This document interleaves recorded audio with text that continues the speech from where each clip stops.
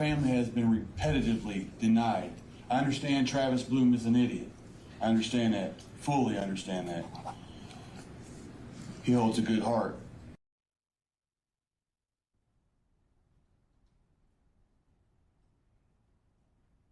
Fabricating fictitious government you ever seen. My little brother used to run to mother and say, "Mom, BB hit me." BB was my sister. Used to say, "BB hit me." Mom would say, "Well, my lovely young man, where are the marks to prove such?" Well, Mom, show me the marks. He could not show any marks. Mother would say, "I can't tell where the marks are." True story. And the evidence is going to show that law enforcement tampered with evidence to meet their such high burden of proof. While I'm waiting for this, did you, whether it's true or not, believe that Mr. Randolph had slept with your wife? I wouldn't care. You wouldn't have cared? No. Did you believe he had slept with your wife? No. Did you believe he slept with your mother-in-law? Probably did. Everybody has. I'm sorry, what did you say? Said I- Everybody has. Oh, okay.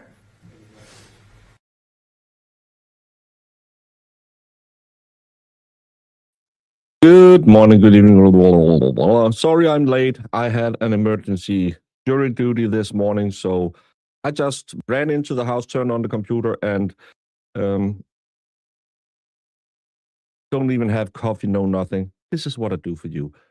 But I'm sorry, we'll probably spend a very, very long time to catch up to the always on-time court in Minnesota that started probably 5 minutes ago.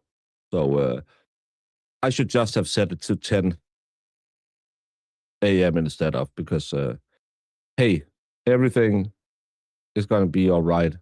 All right. Everything is going to be all right now. And we can see Rumble over here now, and it's working today. Fantastic. Maybe the experience can be kind of cool, so we can have anime and Moonin and the normal Rumblers show up. I'm going to turn on court. I'm going to grab me a cup of coffee because I just ran in the door. So I'll be... Oh, shit. I don't even have my ears in. You need to speak as loud as you can, okay? Can you please state your full name and spell it for the record? Jason Anthony Grall, Gravelle. Where were you employed in April of 2021? Warag. Warag Farms? Is that a yes? Yes. Okay. You have to speak your answers because they're recording everything, okay? Yes. Okay. And Warag Farms, was that on the corner of Munger and Carson? Yes. Who did you work for? 5 minutes behind. Dale and Dee. I'll get some coffee. Warner. Okay. Who was your immediate boss? Generally Dale. What was your relationship with him like? Good. How long had you worked there? At that time? Correct. I believe I started at the end of December the previous year, so 4 months-ish. Okay. What were your duties on the farm? Mechanic. Occasionally drive truck if they needed it. Generally help out with whatever they ask. Whatever you were asked to do? Is that a yes? Yes. And did you know Dee Warner as well? Yes. Did you work on Sunday, April 25th, 2021? I don't believe so. What about Monday, April 26th, 2021? Yes. What time, if you recall, did you get to work approximately? I usually start at 7. Did you have any conversation with Dale Warner that day? He came and said that Dee had left, I believe, Sunday evening. Did you have any further conversation with him about Dee? No. And did you work on Tuesday, the 27th Yes. of April? All right. What were your hours that day, if you recall? I usually worked till 4, give or take. It was varied. All right. What was the last thing you did before you left that day? I don't recall. All right. you remember watching a surveillance footage from April 27th, 2021? No. You don't remember being shown surveillance footage? No. Did you want to review that footage right now? If you want me to, I didn't really ever watch surveillance footage. Do you remember being shown before this trial, the surveillance footage from April 27th? Not necessarily back in April 27th, 2021, but prior to coming to here to testify. Whatever you guys showed me. Okay, so you did watch the videos, correct? Yes. All right. I'm going to show you surveillance footage from April 27th, 2021, approximately 5 p.m.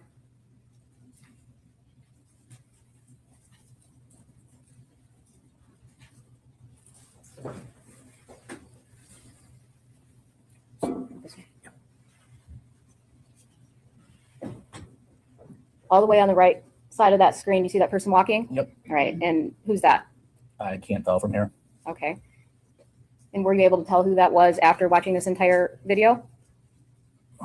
If I saw it closer, maybe. Do you recall ever moving a tank for Dale Warner? Yes. Okay. And would that have been on the 27th of April, 2021? I don't recall it. Was that at the end of your workday? Also don't recall it. I'm going to let you keep watching this and see if you recognize yourself.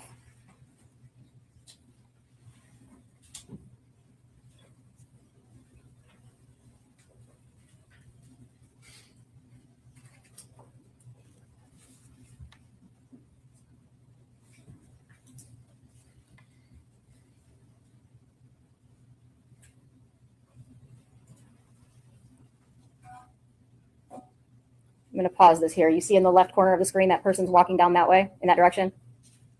Did you see that? No. Okay.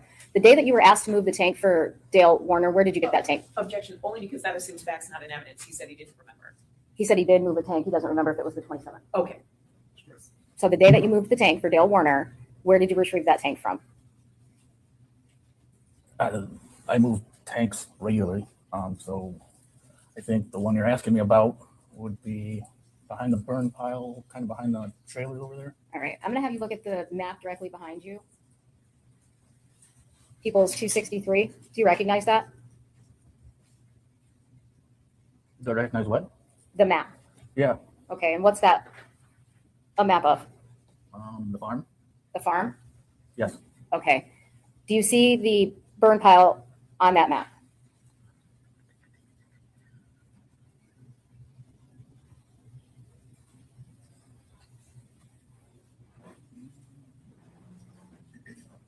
No. Do you know the location? Do you recall the location of the pile? Yes.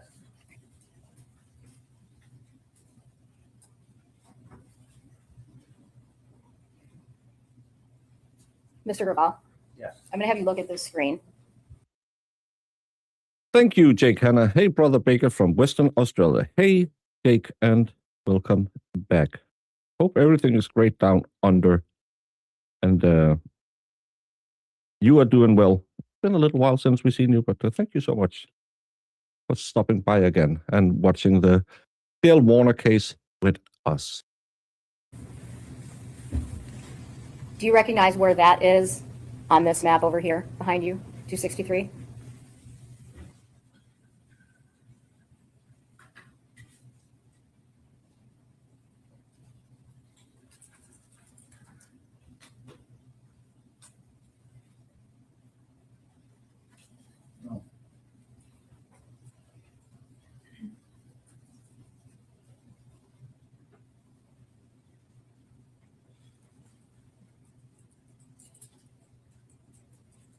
No.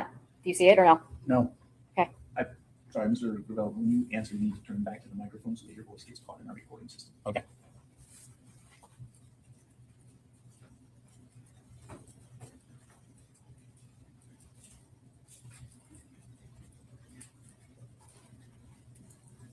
I'm going to have you continue watching the April 27th, 2021 surveillance footage.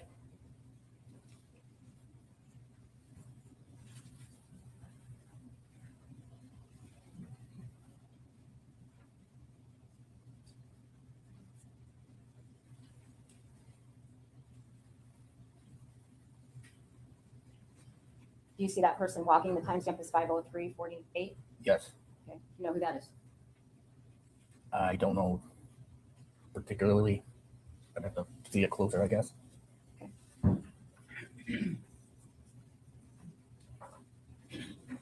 Were you previously able to identify that person?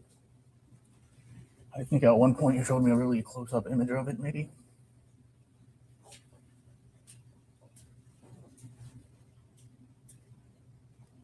And is this behind the burn pit that you discussed earlier? Yes. Is that in the same location that you were asked to retrieve a tank for Dale? I did retrieve a tank from over there, yes.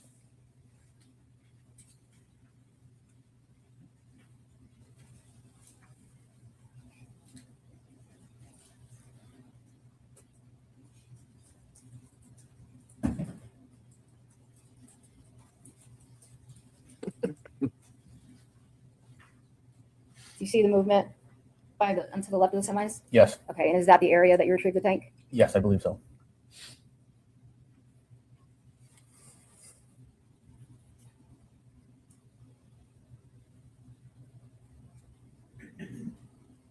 Okay, 5:11 p.m. Do you recognize that person? Nope, still too far away. Okay.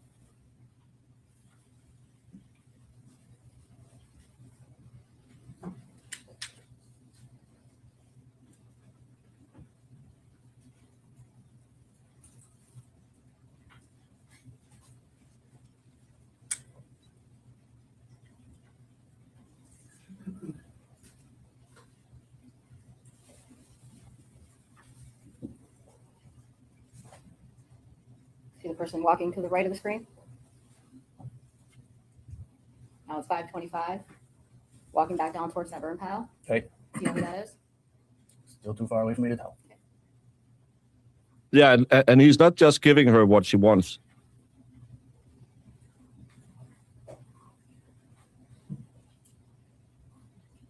Maybe you see the Yes, person against the no left of the chocolate. semi? Yep. Oh. Okay. 5:41. And what is that? That is a tank. Okay. Being moved by what? JCB, front end loader. Okay. Do you know who that is? That would probably me. I'm sorry? That's probably me. All right. And why do you say that's probably you? Because that's how I rigged up that tank. Okay. And then where did you take that tank? I believe the back of the spray barn. Okay. 5:43, taking it to the spray barn?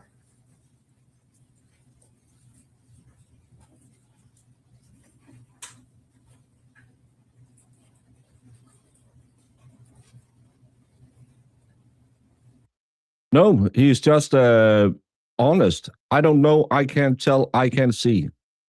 Which he should do because he can't tell. He can't see. He can't do nothing. He's looking at a surveillance camera and someone in farming clothes. Could be anyone. It's now 5:53. JCB. It's like Next to the 3 hours shop. Is away that where from that is? I would say that would be in front of what I would call my shop.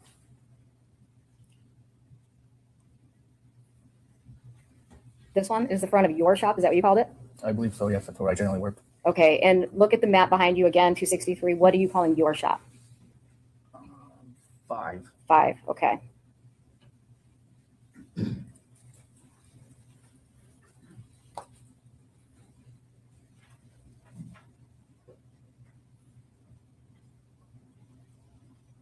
Okay. 602. You know who that is? That looks like me. All right. And where are you at there? That would be the upper shop where Jim usually worked. Okay. If you look at the map, can you tell me which building that is? That would be 1. All right. And what were you doing in there? Looks like punching out. Okay. And so that's 6:02 p.m.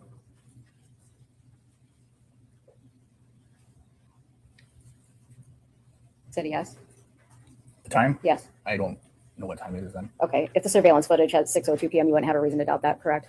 No. Did Dale tell you why he needed that tank moved? I think he wanted to clean it up. Is that what he told you? I believe so.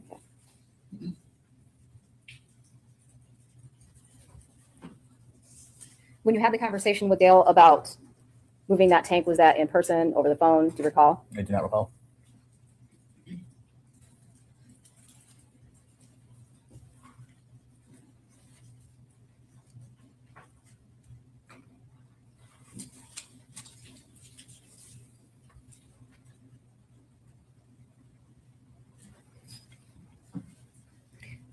I'm going to show you people's 168. Do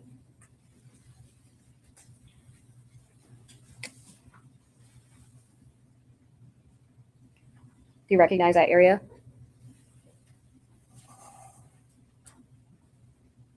Yes. Okay, and what is that area? I believe that's back by the large anhydrous tank where we would fill the smaller ones. Okay, and is the burn pile in this photograph? I believe off to the left. Are these trailers, the big long white things we see right there? The three? Yes. Yes. Okay, so next to the left of those trailers, is that where the burn pile would Yes. be? And approximately where in this photograph did you pick up that tank? I believe either behind the trailers or just to the right of them, maybe. Well, I guess it'd be to the left. Behind and to the left of the trailers? Yeah.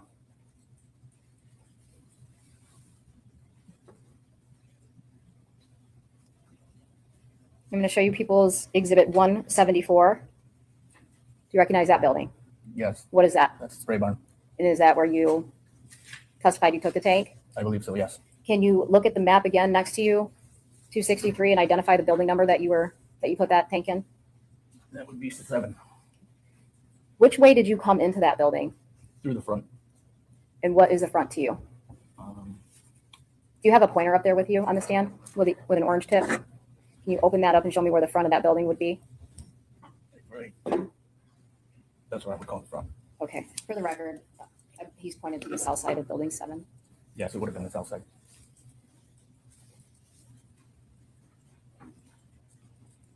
People's exhibit 175, what's that? The inside of the spray barn? Okay. Do you see that tank in there? Yes. Is that the tank that you put in there? Looks like it, yes.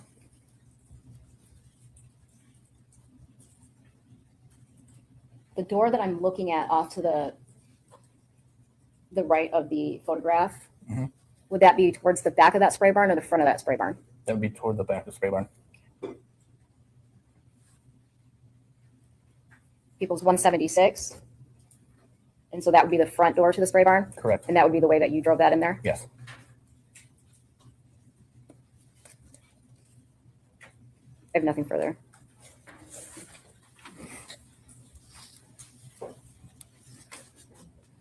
Mr. Gravel, good morning. My name is Mary Chartier and I represent Mr. Warner. I want to start off with, you had a serious medical event happen within the last 6 months or so. Is that correct? It was less than a year, yes. Okay, less than a year. And do you mind telling us what happened? I had a 3-month brain bleed from trauma that I don't remember. Oh my God. They had to drill holes in my head. I'm sorry for that. Has that impacted your memory? Yes. And is that something that you shared with both our office and the prosecutor's office? Yes. So when you're testifying here today and not remembering certain things, are you trying your best? Yes. But unfortunately, your medical condition makes some of that challenging to remember. Is that accurate? Yes.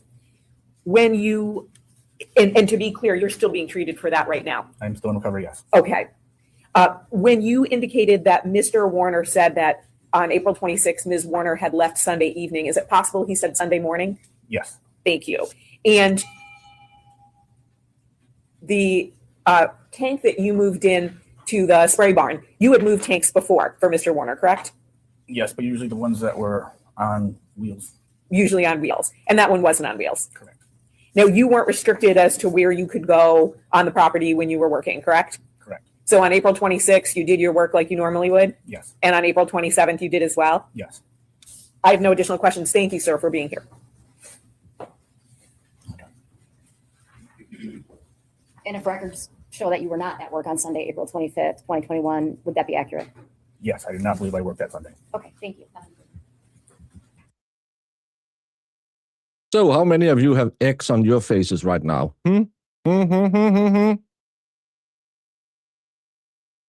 Oh, what a douche canoe. Oh, he's trying to help. Oh, no, all good. No one told us he had medical issues. But yes, he did come off a little standoffish, but hey, we don't know the full story. And again, I think it's cool that he said, I don't know, because we also see the opposite where witnesses are way too willing to help state or defense.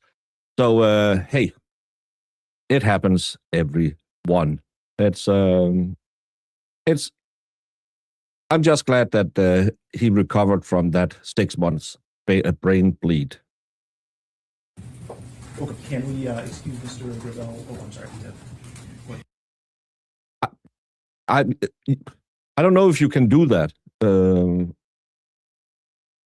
Yes, I think you're right. It would have been made more sense doing that to say I probably wouldn't even have called him, because the jury must be sitting kind of like we did and thinking, what's going on? What now?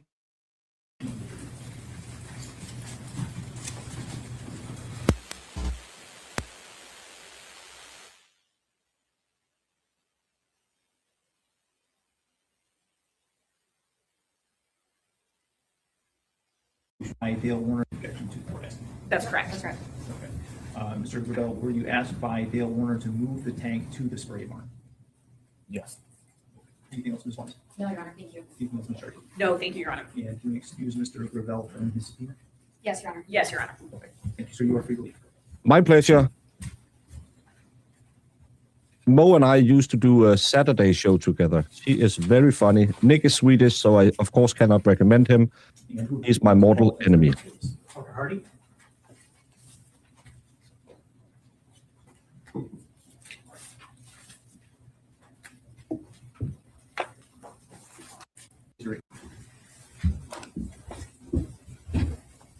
Good morning, Mr. Hardy. Good morning. Please state your name and spell it for the record. Parker Hardy, Parkerhardy. All right, thank you. How did you know Dee Warner? She was my aunt. And excuse me, on Sunday, April 25th, 2021, were you told at some point that afternoon that she was missing? Yes, I was. You know approximately what time? Sometime in the early afternoon, around 1 or 2 o'clock. All right, did you go anywhere in response to that? Eventually, I made my way down to the farm, down to The Munger Warner. farm? Yes, Okay. And where did you go when you went down there? into the office. Is that where they were watching the surveillance video? Yes, sir. Okay. And who was there with you, if you recall? Family members of mine, my cousins, Okay. and also Did Mr. Warner. there come a point in time that afternoon when you drove around the property with your mother? Yes. What were you driving in? I was driving what we consider the Kawasaki Mule, like we call it a Gator, Okay. utility vehicle. Is that yours or from the Munger farm? Ours. And do you live nearby? This has happened once. It ended up with a guy from Michigan getting so drunk he was carried off a ferry by 2 women. Yes, under a mile. Okay. And that's your parents' farm? Yes. And yours also, of course? Yes. All right. Oh, I like And it was just the two of you. Is this also called the side-by-side? It can be referred to as that as well, yes. Does the Munger farm have a Kubota that's similar? Same thing, just different brand. Okay. All right. And you're driving around looking for Dee? Yes. And at some point, do you drive on the north side of the house? Yes. And can you point to that on the map behind you? You want me to Yeah, state how I- just identify the north side of the house. Yeah, right here. Okay. And where are you coming from in the side-by-side that you're driving? This map doesn't depict it, but I was in my field, which is located back in here. And I came around, there's kind of a low spot right here where I could have come around. And I was just looking around in this junk area, and I made my way up around to the back of the house. Okay. Did something catch your attention when you came around the back of the house? Yes. And what did you do in response? I threw on the brakes and put it in reverse, and I observed some tracks behind the house. Okay. And why was that notable to you?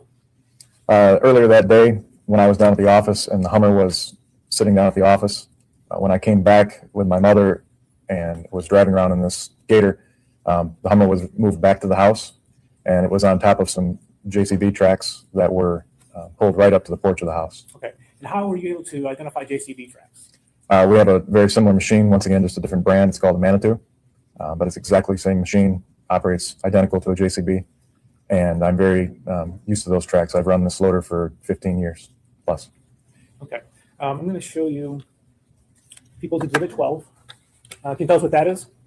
That's the back of the Warner house. Okay. And is that what you're describing just now? Yes. Okay. And where were the tracks in relation to the house? In your picture up on the TV, they would be on the left side of the screen, right where those brick paver stairs are, for lack of a better term. Okay, so it looks like there's a set of stairs at the very right edge, and then there's another set of stairs kind of in the middle left. And Correct. which one are you talking about? I'm talking the farthest to the left in your picture. Okay. And could you tell how close to those steps the tracks led? So the gravel was somewhat loose close up to the steps, and the tracks were right up to basically the pavers or the concrete. I can't recall what is exactly right there on the ground. Okay. So as close as they could be to the house. thank you.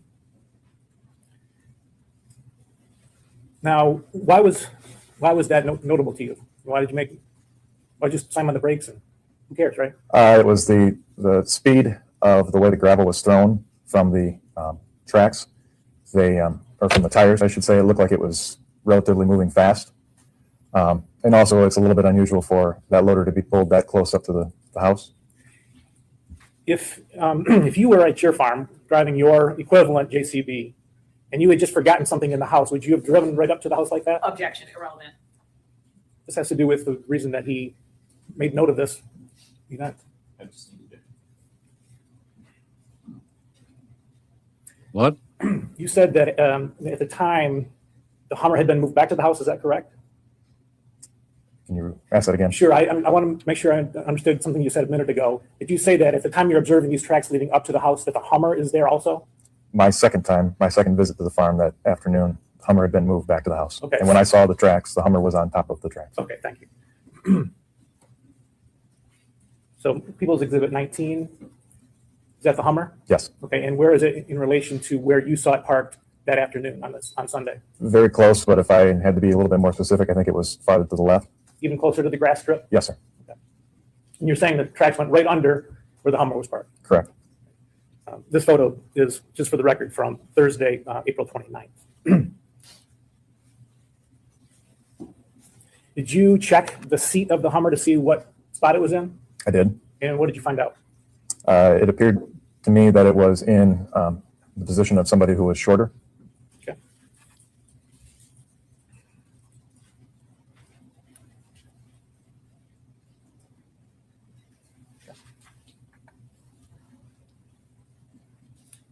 Do you know that, so if the JCB had gone as far up as you were indicating, and they put the bucket out, where would the bucket be?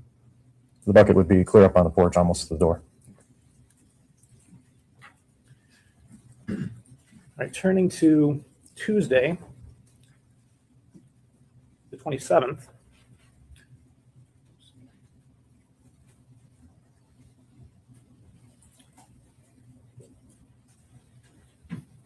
Show you a clip here. I'm ask you if you recognize that piece of machinery. I do. And what is it? That is me driving my corn planter into the Warner farm. Okay. And for those of us who are not farmers, what does a corn planter do? It puts seed corn into the ground. This is a 24-row planter. It's quite large. And why were you bringing your equipment down to the Munger farm that day? I had trouble with some fertilizer that I had purchased that spring. It wasn't traveling through the planter correctly. It happens when it can be cold. And so we had contacted Dale asking if we could purchase some fertilizer from him that morning in order to get the planter going. Okay. The timestamp on this video is 7:07 p.m. Does that sound about right to you? Yes. And where do you go with the planter? I am headed into the spray barn. Okay. And why would you take the planter to the spray barn? I didn't have a tanker available at the time to offload fertilizer into. So when we talked to Dale and agreed that we would come down and purchase some fertilizer, it was easier just to load right onto the planter. Okay. So you're fertilizing as you're planting corn, is that right? Correct. It's a starter fertilizer. It helps the corn grow into the ground faster, grow roots. Okay.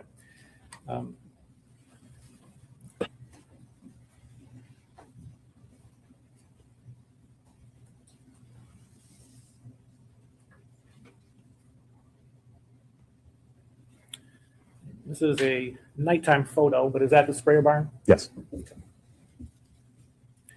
And People's 175. This photo was taken on 4/27/2021 later that evening. Is that, you recognize that? I do. How do you recognize it? That's the inside of the sprayer barn. I've been in there many a times loading. Okay. Can you describe the big silver tanks, what those do or what they are? The big stainless steel tanks have different types of fertilizer for different applications in them. Okay, so that's what you would fill up your fertilizer from, those tanks? Yes, there was a computerized pumping system that would you could program what fertilizer you needed into it, and it would then pump it onto whatever piece of equipment you pulled in there. Okay. And did you see that tank that's in the photo when you pulled in? Yes, I did. Okay. Did that strike you as odd? Yes, it did. Why? It was very unusual for an anhydrous tank to be in that condition on the Warner farm. They were typically very well kept and painted. And also, there was never, to my recollection, an anhydrous tank in that building the multiple other times I've been in there. Okay. You also can't fill those fertilizer or those anhydrous tanks from that barn. Okay. Now, was Dale on the property while you were at that point in time or shortly after? Yes, the video clip of me pulling in, he's actually meeting me in the barn.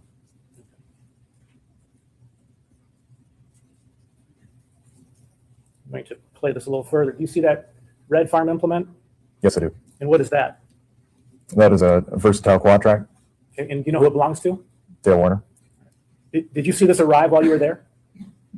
I don't recall that. Okay. Do you know who normally operates that piece of equipment? Mainly Dale Warner. I don't know. And we're Does that caught up. piece of equipment involve fertilizer at all? Yes, it does. It is also a corn planter.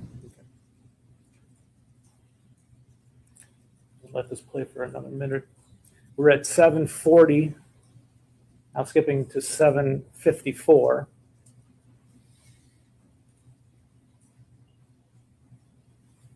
And what is that? That is the versatile leaving the farm.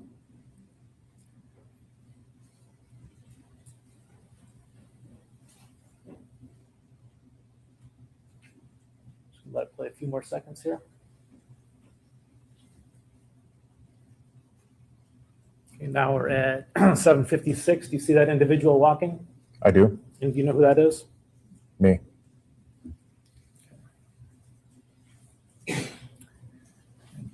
And that's at 7:56. So I didn't say that already.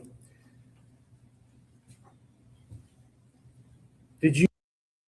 If you remember the body cam interview, that was one of the problems. They had so much equipment that they couldn't offhand, and they just keep buying new equipment on a lease. And then they bought new equipment every year, and the dealer couldn't offload the other. So I think they had like 200 machines stacked up that they couldn't get rid of because they just kept buying new equipment and trying to offload the old equipment. You ask Dale about that rusty tank? I did.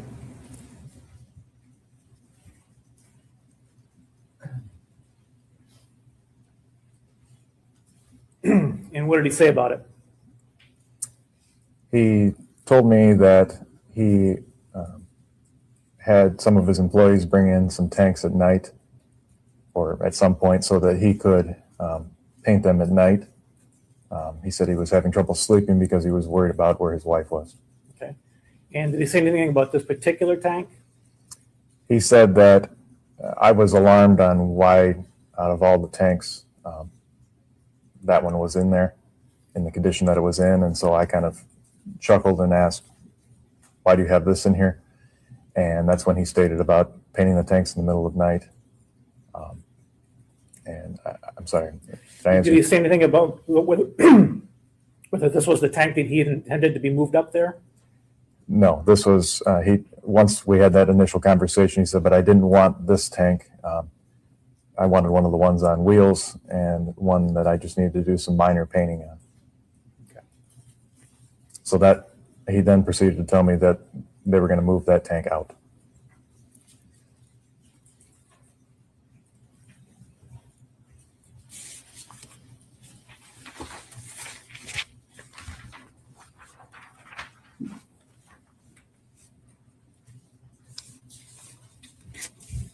I thank you for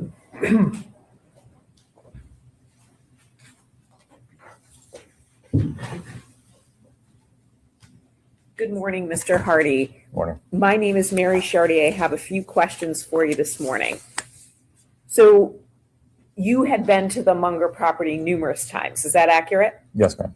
And your last communication with Ms. Warner, your aunt, would that have been Thursday or Friday, so April 22nd or April 23rd, to the best of your knowledge? It was Friday. Friday?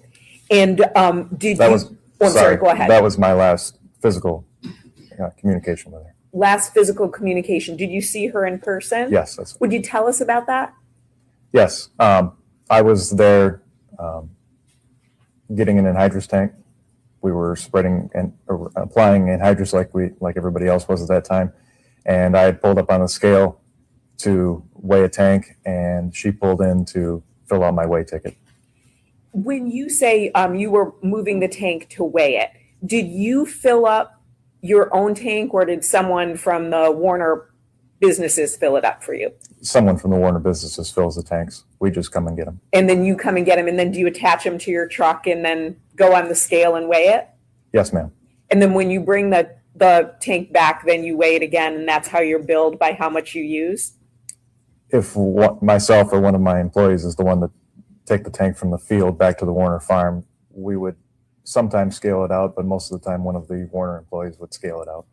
And by scale it out, do you mean put the tank on that big scale and then see how much was used? Yes.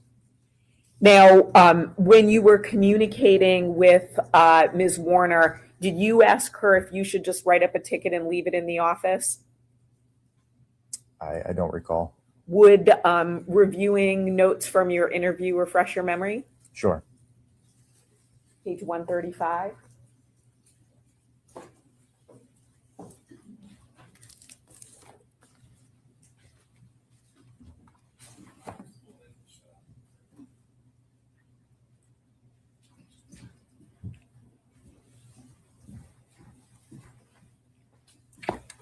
It's the third paragraph from the bottom on page 135.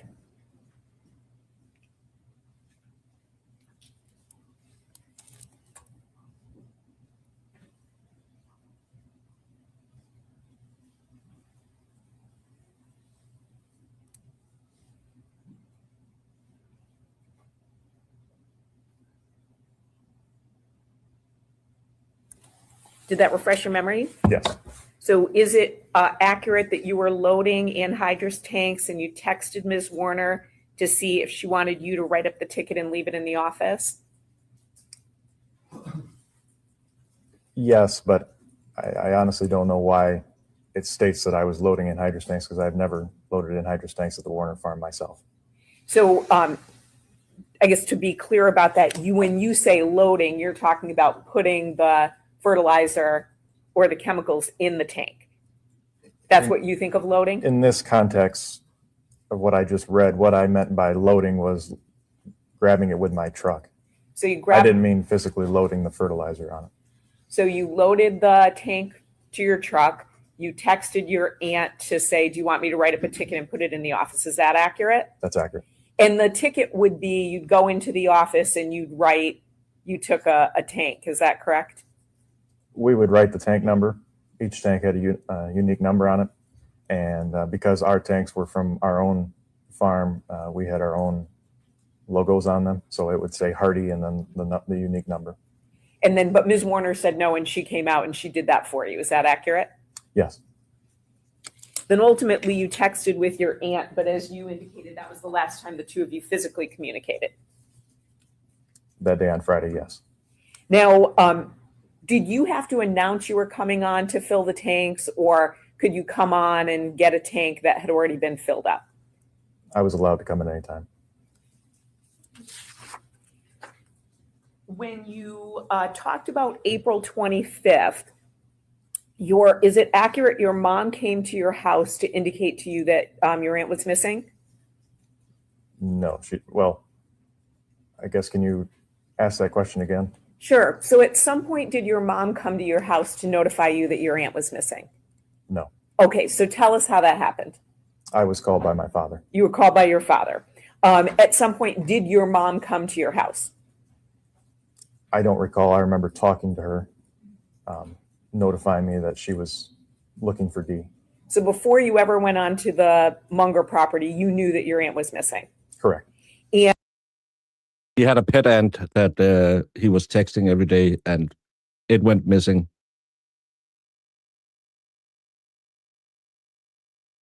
Come on. Come on. So Ricada was doing the Curry Richards yesterday, And he had And all of this. when you were communicating with your mom, is it accurate that you saw Mr. Warner drive by your house in the sprayer? I believe so, yes.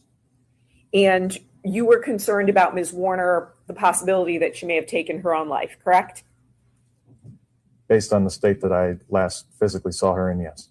So you and your mom drove around, essentially coming from your property onto the Warner's property. Yes, Is that, and those properties are right next to each other, is that accurate? they're connected. So when you first saw the Hummer, it was where? I was a little confused by your testimony. I saw it down at the office building. So you first saw the Hummer at the office, and then later on, you saw the Hummer in back of the house. Is that accurate? Yes, ma'am. When do you think that you first saw the Hummer at the office? It's been quite a few years. I'm having a hard time remembering exact time. At some point in the mid to early afternoon. So mid to early afternoon is, what do you think? 12, 1 to 3? What would you say time-wise? I remember the only time I can be more accurate with is I remember getting a call that they were looking for Dee somewhere around noon to 1 o'clock. And so then ultimately, when you made your way to the Warner property, you saw the Hummer in front of the office. Then later on, you saw it in back of the house. Is that fair? Yes, Now, the JCB tracks that you saw them pull up to the house, you indicated, yes, but you didn't see any reverse tracks, correct? no, Is that accurate? I'm sorry. yes, And that was noticeable to you, correct? yes. The JCB with the front loader, the scoop up, right? How far does that scoop go? I guess I'm not understanding your question. Sure. So you said you're really familiar with that piece of equipment. So if I'm in the JCB with the scoop, how high can that scoop go? Can it block my view? Yes, it can. Now, moving on to April, what you indicate is April 27th, 2021, you saw that rusty tank that we just saw in the spray barn, correct? Correct. And that's barn number or building number 7 on that map, accurate? Correct. You didn't see any kind of a non-factory weld on that tank, correct? No, I did not. And you would have noticed that if you had. I didn't spend a lot of time observing the specifics of the tank, just the overall. I had to pull around the tank when I pulled in the barn because it was in my way. And all I really noticed is it was a rusty tank.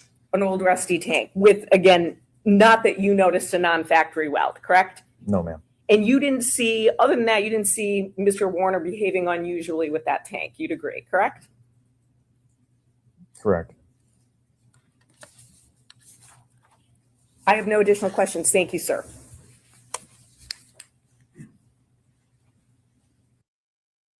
I know this isn't the subject, but JFK just said your background, Legos and stuff entices kids. His presentation looks like Dunkin' Donuts. What kids doesn't like Dunkin's? It's ridiculous. Love you, Baker. This is nighttime, Father. Thank you.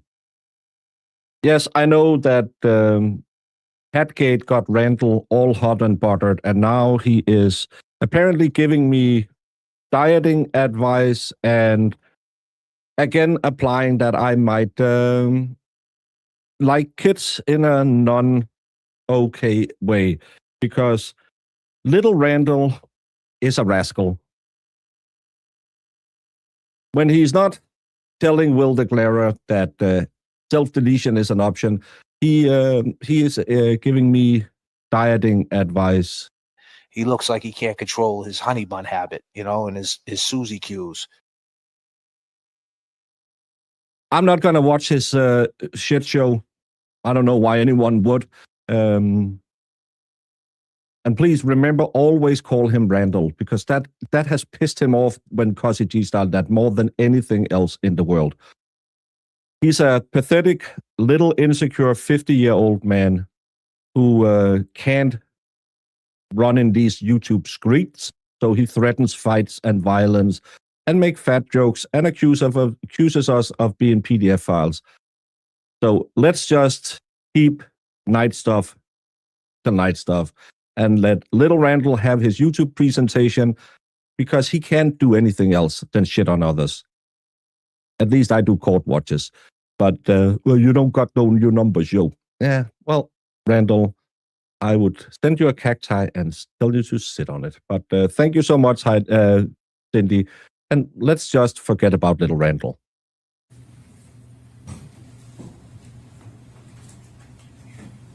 No, it's absolutely fine, Cindy.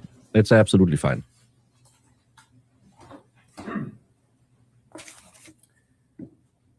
Yeah, she strangulated herself and hit herself over the head first. To Dale about that rusty tank that was in the spray barn, that he said that he wanted the employee to bring one that was on wheels. Are you certain about the on wheels part? I don't recall the exact statement, but I thought that's what was in there. You remember talking to the Michigan State Police in November of 22? I do. Do you remember what you said to them about the rusty tank versus the other one? What do you mean by other one? The one that they wanted brought instead. All that I remember is that he, in my mind, quote said, but I didn't want this one. I wanted one that was less painting or less to paint and on wheels. Okay. That's what I remember. I could be wrong. Okay. If I played that for you. Sure. Okay. You have to, you just want to play it for him. What time, Mr. I'm sorry. That's all right. At 13. White Obama, when I started farming, I was young. I don't know that song.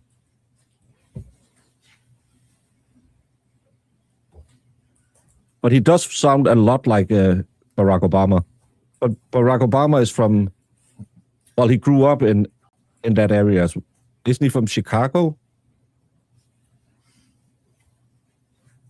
I think he lived in Chicago, so that would explain that he kind of had a Michigan accent.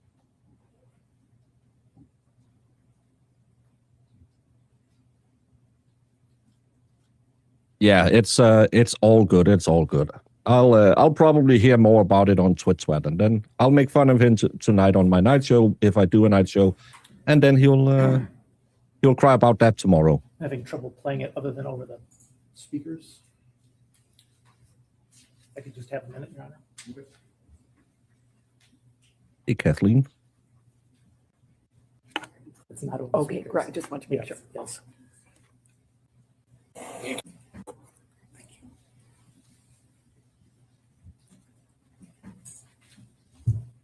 He always does. Just to make sure I was doing okay. Then this old rusty anhydrous tank. Miss Scarlett, I'm going to delete that message because, as O-Line Red just said, let's not imply anything. So that's why your message is going to disappear. It was weird. That part was weird. Oh, he said, I fucking have been sleeping tonight. It's like old guys. Which I thought myself, yeah, I bet you haven't been sleeping tonight. He said, I told guys to bring their hydro snake around. They've been paying regularly. It's too nice to get all restful. So he said, I told guys to bring their hydro snake around. Save less off or scrub it off. Paint. So I just come out here, just clear my head. Paint or anything. All right. But he's like, I didn't mean for them to grab that one. Like this was some real bad one that they brought up here. I'm like, why wouldn't you just grab the thing? Whatever. It was weird. I think the most significant part of that story was the fact that he didn't sleep the night. Because he was supposed to paint. So in November of 2022, when you described this to the state police, you mentioned wheels at all? I do not. Okay. So does that refresh your recollection as to what Dale told you? Yes. Did he mention wheel? Did he mention a tank or a tank? Because it wasn't put in as evidence, it was used to refresh his memory. But why didn't they give him headphones on? Because they have done that when the defense plays their audio clips. On wheels. Just a tank. Okay, so what he wanted was a different tank other than the rusty old one. Objection pleading. Yeah, He told exactly. you what he actually said he The wanted other days than they the rusty didn't. old one. He just wanted a different tank brought in. I never mentioned wheels. Okay, thank you.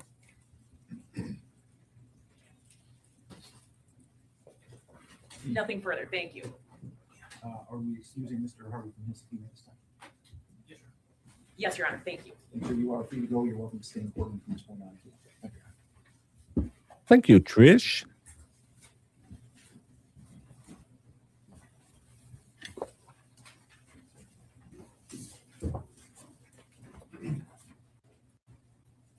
Sir, I'd like you to raise your right hand. Do you swear or affirm to tell the truth, the whole truth, and nothing but the truth under penalty for perjury? Yes, I swear. Go ahead, ma'am. Thank you.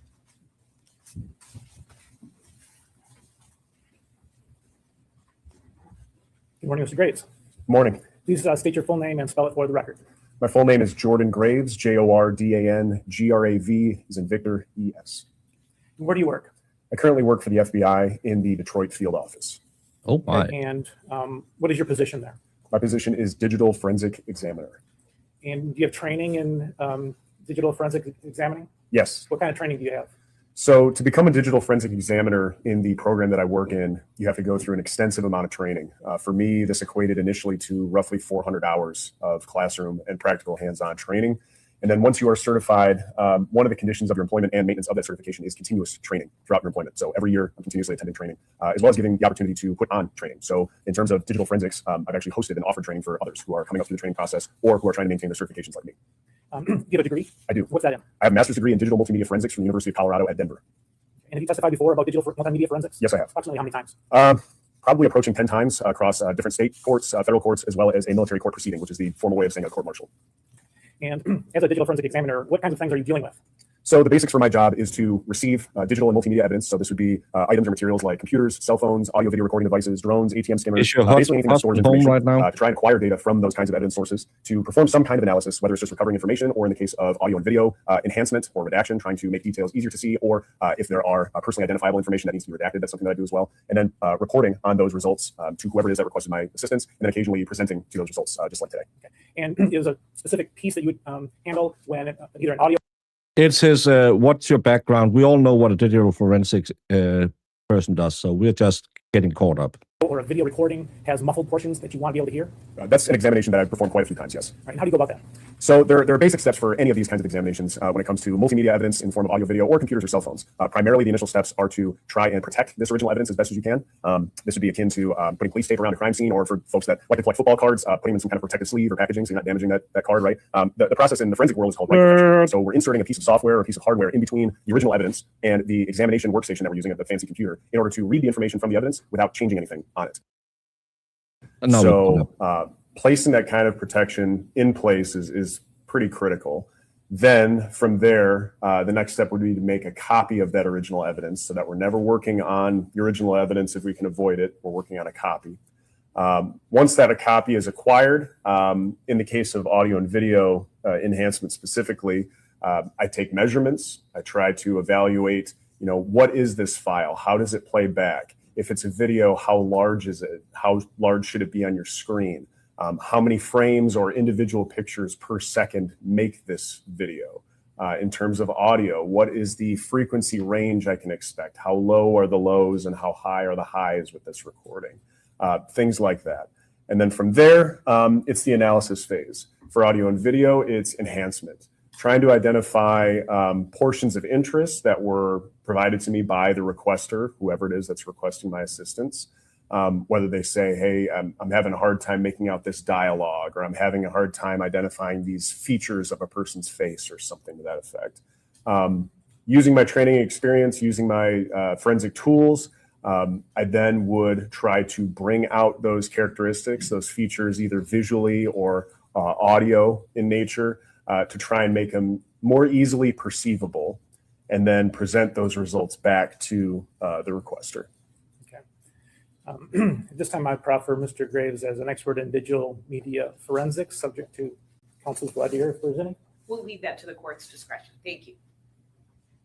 Okay, I do think it is appropriate to so certify Mr. Graves, and so I will do that. Thank you. How did you become involved in this case? In late March or early April of last year, a request was submitted for someone from my field office to provide some kind of assistance enhancing audio of a recording pertaining to this case. Okay. And can you identify some of the issues with that recording that you needed to address? So the recording presented to me was a body-worn camera video recording. At one point, the body-worn camera was placed inside of a vehicle or was separated from the people that were interacting with each other. So noise was pretty muffled. It was hard to make out a person's voice from potential background noises. So that was the primary concern. And beyond that, it was just additional noise signals that I could try to mitigate as best as I could. Okay. I'm going to show you what's People's 231. I'm just going to stop it right there. Does this cover sheet, for lack of a better term, look familiar to you? Yes, it does. What is this? So this would be the title slate that I include on any of the video products that I produce that include either audio and or video enhancements for a requester. It's informational in nature, meant to basically give the requester the basic details of what it is they can expect from this video that they're about to watch. And so the procedure that you described earlier that you would normally do, did you do that with this exhibit as well? I did, yes. Okay, so you made copies so you would be sure that there was something that never got altered, and then you worked with a different copy? That's correct. I worked on a working copy and kept the original evidence pristine and untouched. And what kinds of things did you do to make the the audio more audible? There are a number of different filters that you can apply in general, and I used quite a few of them for this particular case. For starters, there is a frequency adjustment that can be made. So if anyone is familiar with, let's say, going through a drive-through and the volume is really, really loud on the person working at the restaurant, you can kind of get this muffled, garbled, distorted sound that might sound like a really low rumble with a lot of squeaks, or might sound really, really high. Those frequencies are typically outside of where a person's normal speech would live. Usually human voice occupies a certain band of frequencies. A person's voice on average is usually a certain lowness or highness, depending on if you're a male or female, or if you're excited, or a number of different conditions. But sounds that occupy outside those spaces can be distracting. They can kind of muffle or cover up or even totally obscure the voice that you're trying to hear. So that's a mitigation that I would attempt to address by turning down those frequencies that are outside of the human voice range. That's something that I did for this. The other problem that we had was part of the recording, as described before, was quite a bit muffled. It was quite a bit softer. So a lot of times when people are trying to adjust to that amplitude difference, where things are really loud and then really quiet, it can be really fatiguing to the ear, and it can be hard to make out details. That's a continuous problem. So normalizing, or bringing the volume of all the signals of interest, that's human speech, trying to bring that all closer together to sound a little bit more natural, is definitely an objective here as well. All right. And so did you come up with an end product? I did, yes. All right. And did you send it to us? I sent it to the special agent that I was working on as a point of contact, Okay. yes. And this is it? This looks consistent with the title slate of the video that I provided, yes. Okay. All right. I'm going to play People's 231.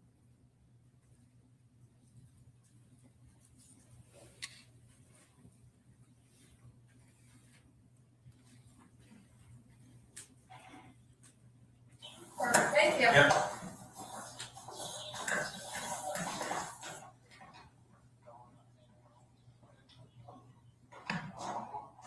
Are you a family member, or just who's Dale?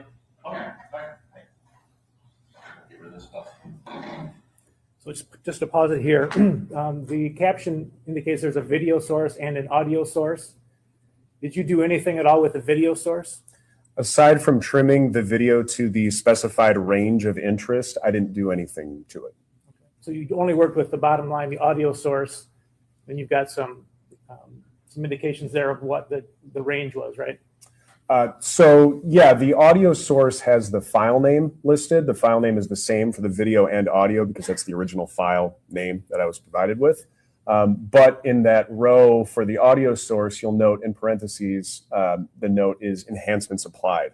That means what you're hearing in this file now is not the original audio. It's the original audio with enhancements applied to it. Good.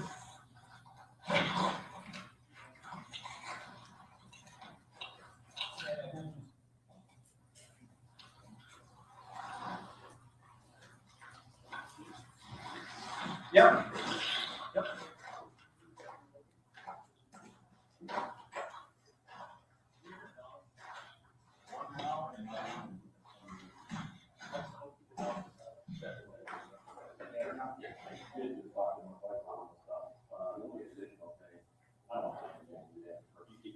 I don't want to damage anything, but it is the buildings here, so if something on the back of that building.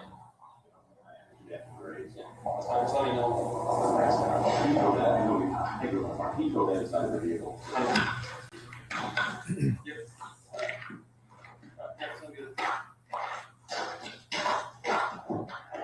You're more welcome. I'm gonna take care of this stuff, but yeah. So that's your now. Okay, so at this point, can you tell us what you did to, sure, go ahead. So at this point, as depicted in the video, the camera is placed into a car and the door closed. Obviously, for anybody who's ever been in a car before, the outside gets pretty quiet once the doors are all shut. So at this point, I applied a pretty aggressive filter to try and raise the amplitude of what's happening in the audio without letting it distort too loudly. If anybody knows the difference between just playing an acoustic guitar versus an electric guitar, everything gets turned up. It starts sounding kind of crunchy, garbled. That might be interesting for entertainment purposes, for music purposes, but it's not necessarily effective when you're trying to hear someone's voice. So this aggressive, hard limiting filter essentially raises the amplitude, the volume of the audio. O-line read, it hasn't been disclosed yet, but you will hear later that this officer also, he hasn't been fired. He's on release pending an investigation because allegedly, assumptively, he has some OF content that he used his body cam for the point of view cam, if allegedly. So, and the one who said this guy sounds like he was in System of a Down or whatever band it was, Slipknot. He does seem to like to talk about music a lot. In there without letting it go above and beyond a certain threshold, which would start to muddy the sound, and that's what was applied here. Okay.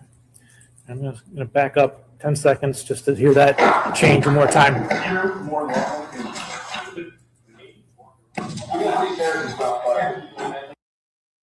But everyone, just take a minute and be thankful that that wasn't Yuri Bukaki's crotch, because with those skinny pants and his little knobbler, that would have been way more than we wanted to see.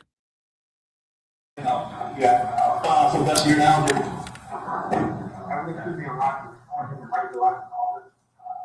Down below.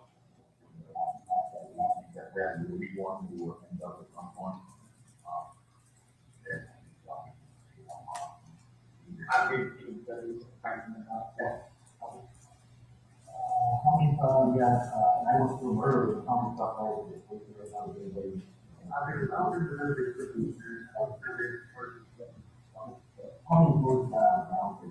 just walked on that road.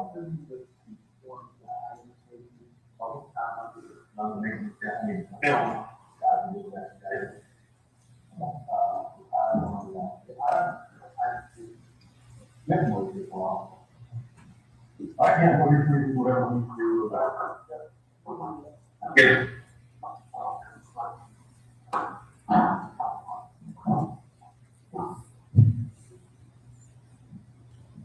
No, this is a digital forensic FBI agent who have taken the body cam audio, isolated it, run filters through it to try and enhance it. I can't hear shit. I'm just being honest. I can't hear anything.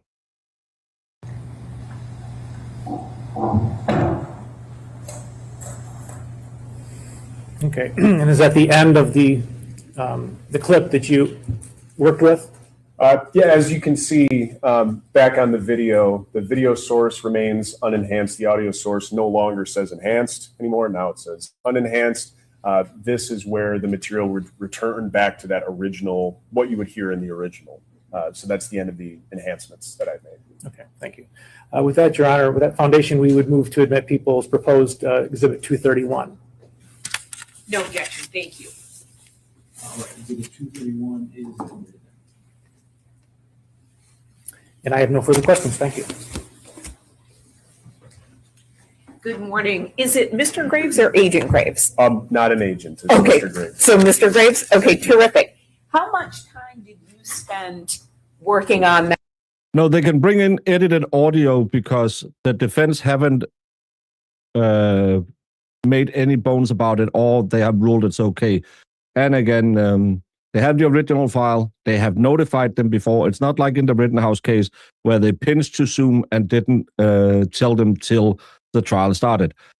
So it is admissible as long as it has been deemed admissible. So it's not because the state did it. They probably have a pretrial ruling on it. Or the defense could have raised an objection and said, we don't want this, play it in its native form. So it's kind of like the Google searches in the Brian Walsh case. You'll have a motion about it. The judge will rule either or the other way. That clip of the audio and video that we saw? Hard to say.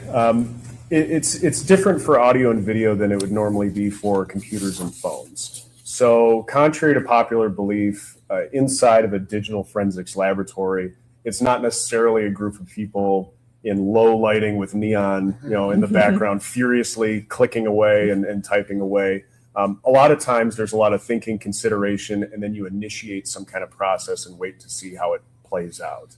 On the other hand, when it comes to audio and video, it's pretty much continuous work. If there's a date that you're working on this, there's not really a whole lot of setup and let the computer do its thing. The examiner has to be working on it quite a fair amount. For most audio and video enhancements, depending on content, depending on duration of material, this could be a day, a few days, a few weeks. But for something relatively simple, this kind of task for somebody who's experienced, professionally trained, could be accomplished in a matter of a few days. And I think this was on the order of maybe a day, a few days, something to that effect. Thank you. And I just want to be clear. So it sounds like you did things to like take away muffling and background noise, you indicated? That was the goal, yes. And then also to raise the volume so it would be easier to hear? That was the goal, yes. And again, correct me if I'm wrong, you didn't do anything. So for example, if I were to say the word knee and I were to say the word meat, they sound pretty similar, right? So if we were listening to an audio, you might not be able to tell the difference. And that's not part of this audio. Did you do anything to try to clarify a word, or that's not what you do? So I'll give hopefully a good example of how this works for audio and video enhancement purposes. My family and I like to ski. I've got two little girls, my wife. We come home, and sometimes dead of winter in Michigan, it's dark, right? You walk into the house. You don't want to be tracking snow and mud everywhere. You don't want to be kicking over furniture, knocking over plants. So I turn the light on. Turning the light on doesn't necessarily change the layout of the furniture in my house. It doesn't change the content of my house. It doesn't add or remove toilets to my bathrooms. It just makes things easier to see. The same thing works with audio. If my kids, after this long day of skiing, want to unwind and watch Bluey for a little while, cool. I'll call my mom. I'll talk to my mom. If the TV is a little bit too loud, I'm probably going to quietly get up, turn the TV down a little bit, or maybe remove myself from the room to a different room. That's certainly not changing my kids' programming to Sesame Street or Gabby's Dollhouse or something. And it's definitely not telling my mom to stop talking. I don't want to stop that. It's just making it. Then they have to appeal it, and then they'll have another ruling if they have it. Easier to hear what it is that I want to hear and what I need to hear. When it comes to audio and video enhancement, I'm not changing any of the dialogue that's being said. I'm not adding or removing visual details like objects or people. I'm not placing people anywhere. All I'm doing is trying to enhance make more visible or hearable the details that are already there, if that makes sense. It does, and we can tell you have young children based on the examples that you used. Yes. I have no additional questions. Thank you, sir. Thank you. No redirect, and as far as the people are concerned, you can be released from this. That's correct. Thank you. Thank you, sir, for your time. Thank you, Your Honor. Thank you. So we are on our mid-morning break, it seems like. How's everyone doing? Finally, some downtime. Oh, this is a dome shot. Dome shot. Let's enjoy this sweaty dome. I know you ladies like a good sweat dome.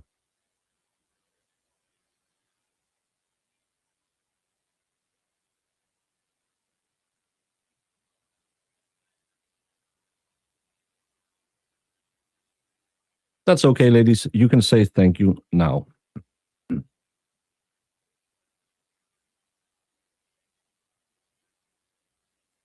His hands are teeny. Well, maybe him and Crazy Amy should have a kid together and they would have kind of normal-sized hands. Yes. Well, this is a full-service channel.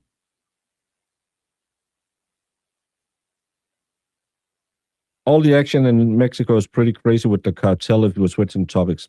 I haven't heard anything about that. So, as always, I don't know. Some of you ladies likes it a little more hairier, not as bald. So,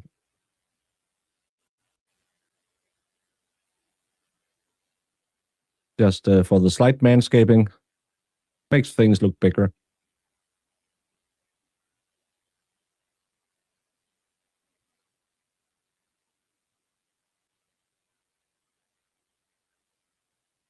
Is this a 10-minute break or a 10-minute break? Anyway, this is Michigan.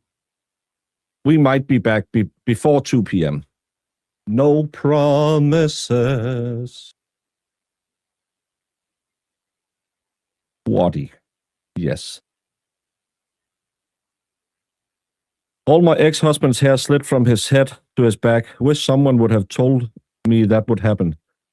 Well, we don't plan it to happen. It's called male pattern baldness, or I'm a female bodybuilder on roids.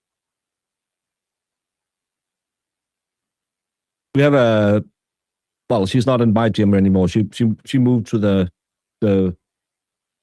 powerlifting bodybuilding gym in my town. She first of all, she didn't have that much hair to begin with. She was a redhead.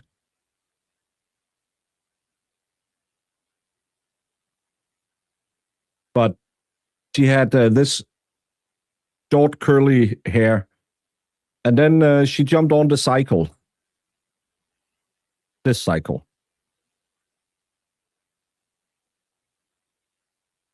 And first she got those really, really attractive pimples on her shoulder.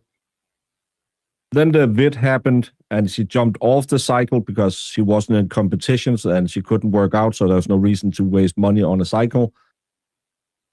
Then we came back after the vid and she jumped back on the cycle, got the nice, again, topographical map of the Alps on her back. And then she started to have it became a 5-head, it became a 6-head. It kind of looks like LeBron now, where she's just, oh my. I'm just saying, oh my. Titillating. When women get that man jaw,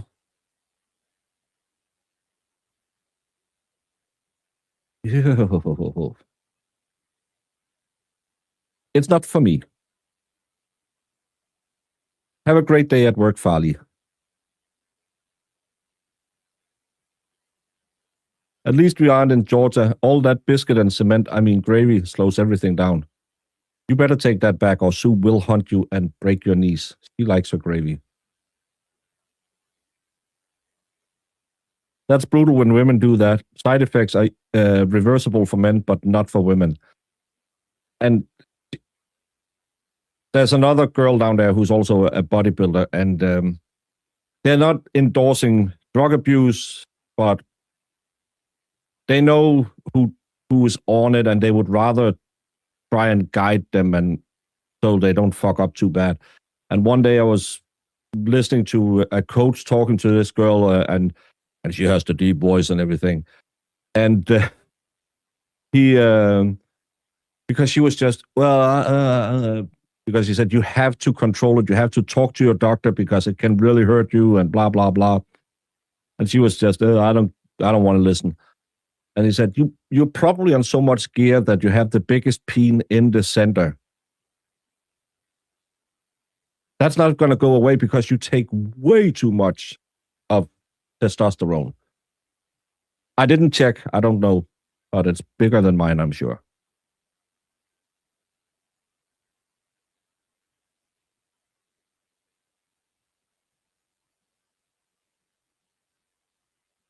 Hey, David. Gravy is a blood type in the South. I got a biscuit and gravy at I can't remember what the breakfast restaurant was called, and I thought it was really bland and really, really watery, and I didn't understand why it was so great. And then Shizzy said, well, try and give it some salt, and that just changed everything. Normally salt is good, but this one, it just changed. That gravy was amazeballs. Yes, they grow mini beans. Checked out the storm in Massachusetts. I'm so glad I don't live there anymore. It's still on. There's still storm still on up there. No woman wants a massive fun button. No, but sadly, that's when you do the unregulated and just I can get this. I'll just shoot it in my ass. They will get a lot of side effects. Need black pepper too. No, it was actually the salt just changed the entire profile of it. I don't know why, but it was so great. It's not supposed to be water. No, not the consistency, the flavor. It's kind of like you can tell when you have forgotten to put salt in a bread, because when you taste the dough, it'll taste watery.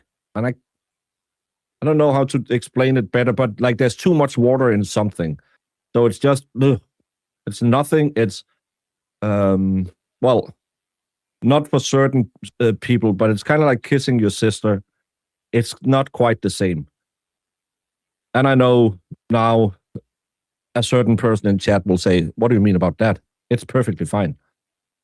But it's just, it has this weird watery taste to it. But then Jesse helped me out and it was great. And then I got a stuffed waffle. That's why I'm so fat, because that was great as well. In Denmark.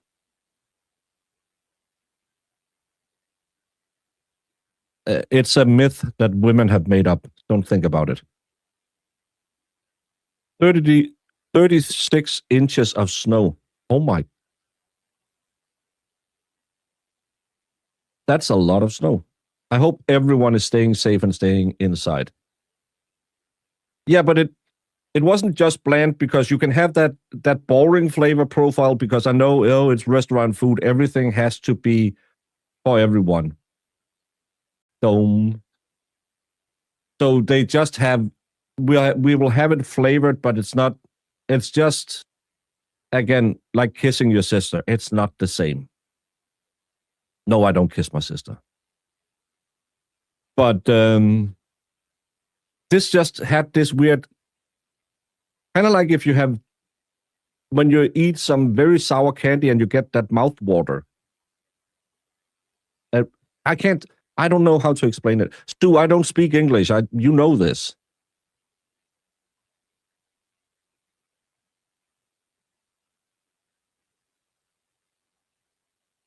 Supposed to be in Dallas right now, but stuck on this damn Zoom. Have I missed anything today?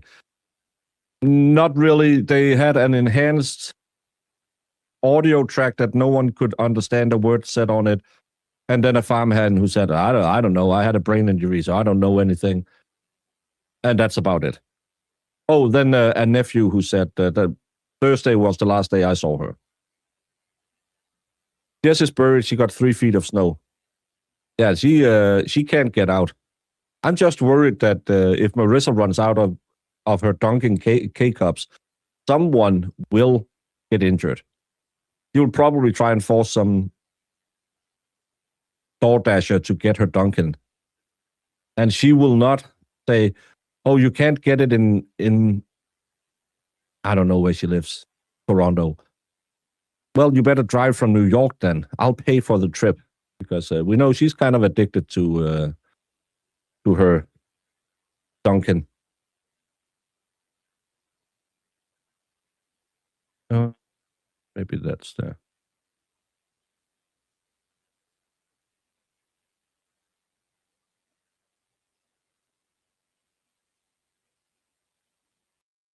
Yeah, this is outside of Jemima's house. That's a lot of snow, y'all. They have the same trash cans we have. I'm hoping I get my trash cans emptied tomorrow. I haven't had them emptied this year. Because, we can't get there because of the snow. Shut up and do your job. I am an excellent driver. I drive slow and great. Yes, Your Honor. Yes, Your Honor.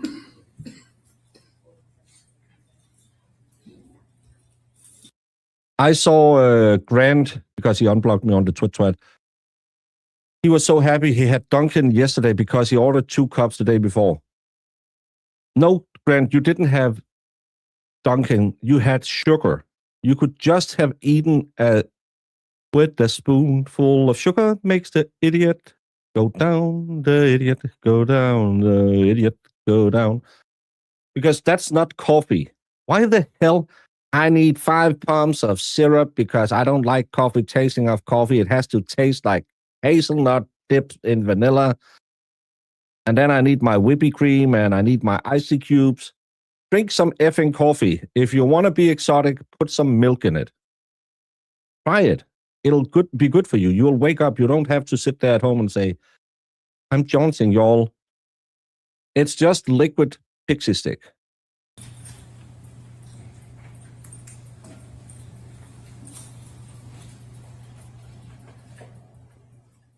Yes, there was enough snow to track a cat in that one.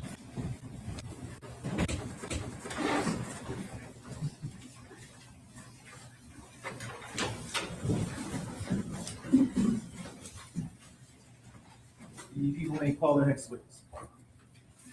People call Ryan Rank. You can buy a soda. You don't need your coffee to be a soda.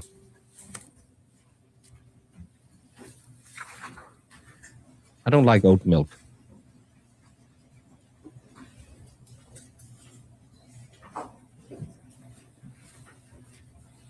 So before you sit down, I'll ask you to raise your right hand. You swear or affirm to tell the truth, the whole truth, and nothing but the truth under penalty for perjury? I do. Go ahead and have a seat, please.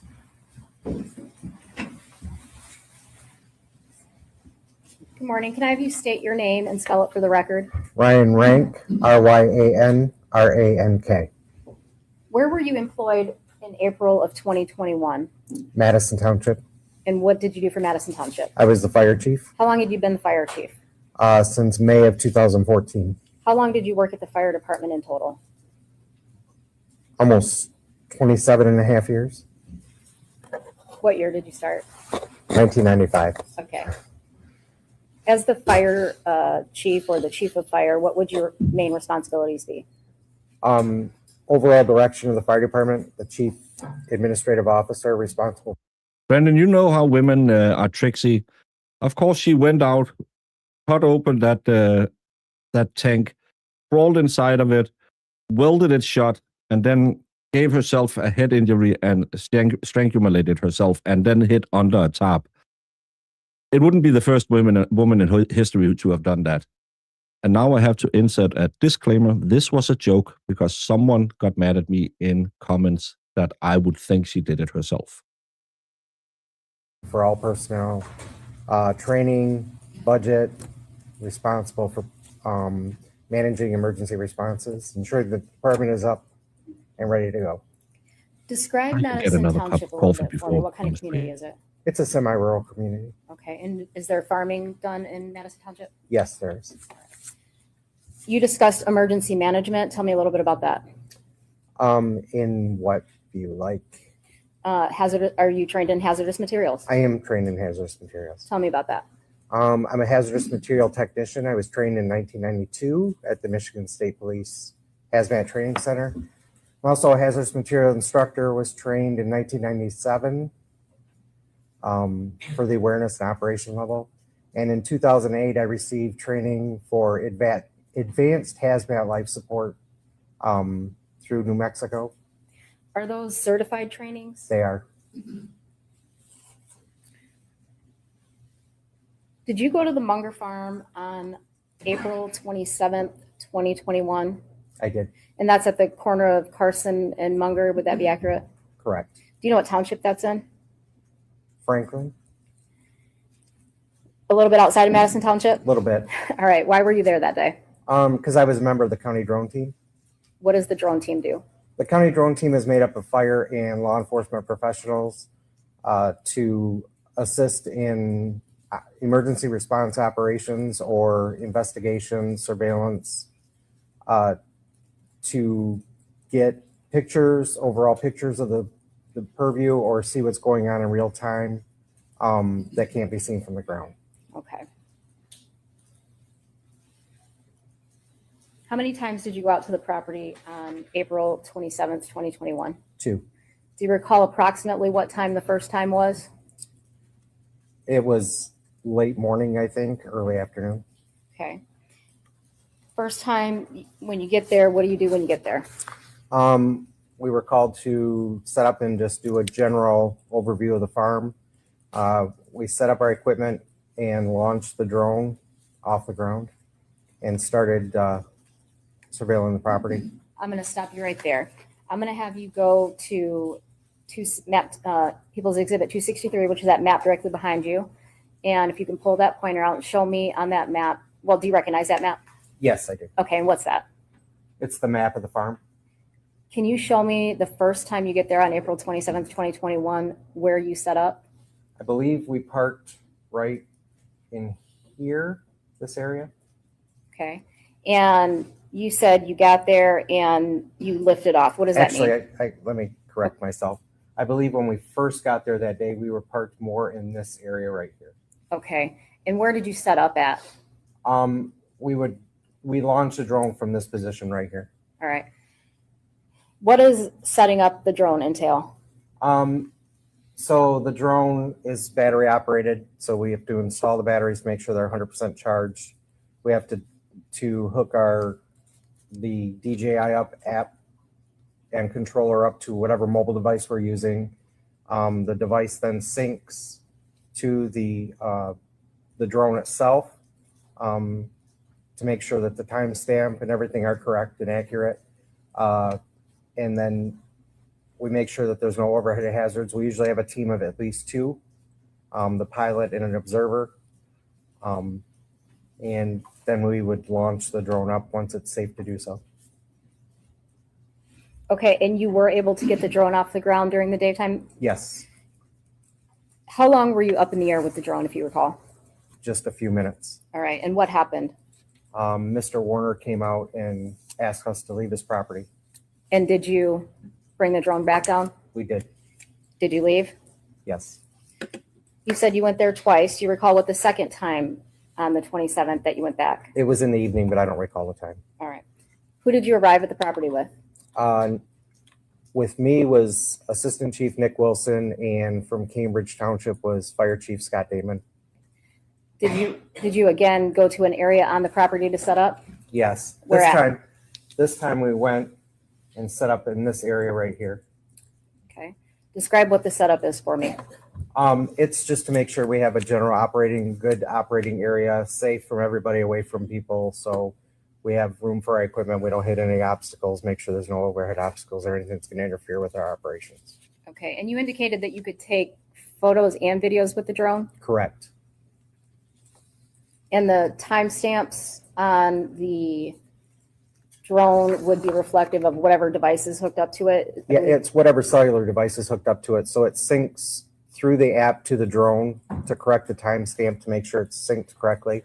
And it's off of whatever cellular device that you're using. All right.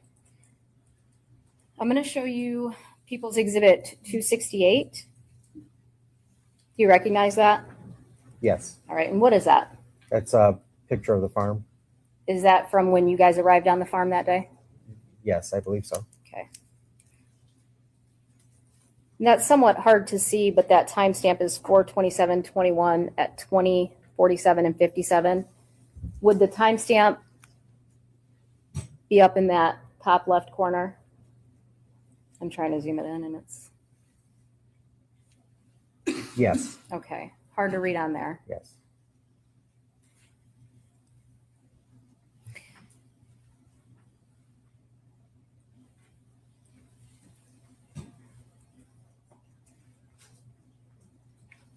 I'm going to show you People's 167. Again, what's this? It's another picture of the farm. Okay. And that one is dated 4/27/21 at 20:49 and 38. I'm going to guess this is military time. Yes. Okay. I'm going to have you look at Exhibit 260. I did watch the state opening statements. I thought he was really boring to listen at. I'm sorry. I have this audio thing. I just got bored out of my mind. Then my daughter called me and asked about if you are in prison in Denmark, do you have to pay to stay there? And then 2 hours later, I was, oh yeah, that's the Corey Richards trial, and that was the sister I came in and that was very heartbreaking. So that's all I've watched of it. If you're behind you again, do you know what building this is that you took this shot of?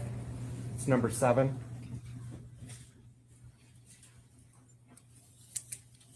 going to show you People's 168. Again, what's this? Another map of the farm, another picture of the farm, sorry. All right. Can you identify this area on the map for me? It's up here, no number.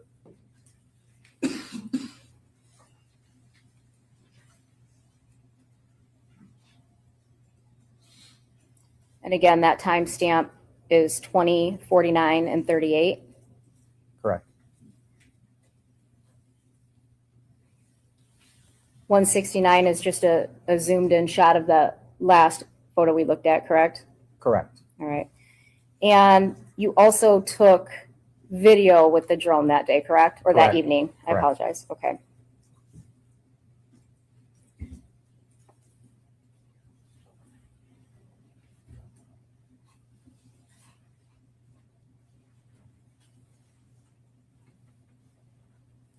Do you recall at what point in time you started taking video? I don't. Was there something that made you switch? Did you I'm an switch asshole. from taking photographs to taking videos? Yes, And why? because Dale returned to the property. Okay. And was there something that you decided to do with the video? Yeah, we wanted to follow him. I'm going to show you People's Exhibit 207. And what is this? It's Dale operating the JCB, hauling an anhydrous tank.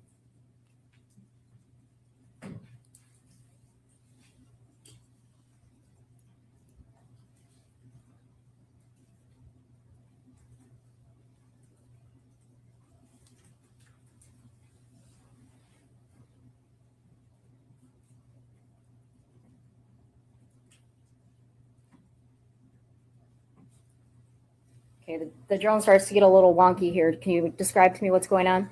So this drone, the initial drone that we used for the team, was not one of the professional type, the heavier duty that they came out with. So it was our starter drone. There's some interference can happen, either cellular interference, electrical interference, lag with receiving from the controller itself. Also, one of the biggest problems with the DJI is if you don't use the right micro SD card, if it's not fast enough. The drone shoots in 4K, So if it's not fast enough, it's not able to upload quick enough. Okay.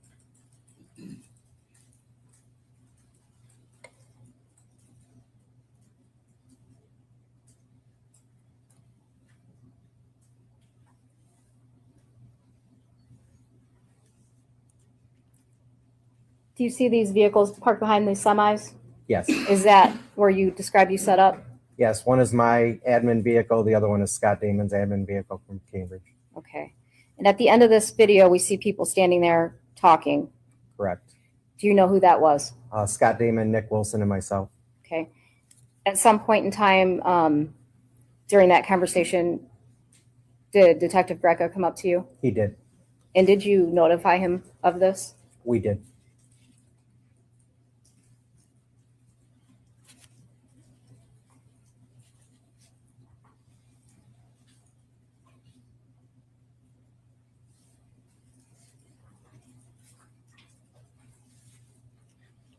I'm going to show you people's Exhibit 170.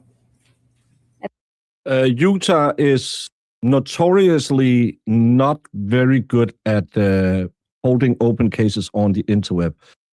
I like his booming voice a lot. He seems like a good guy. He seems kind of fair. I like the way he runs his courtroom. But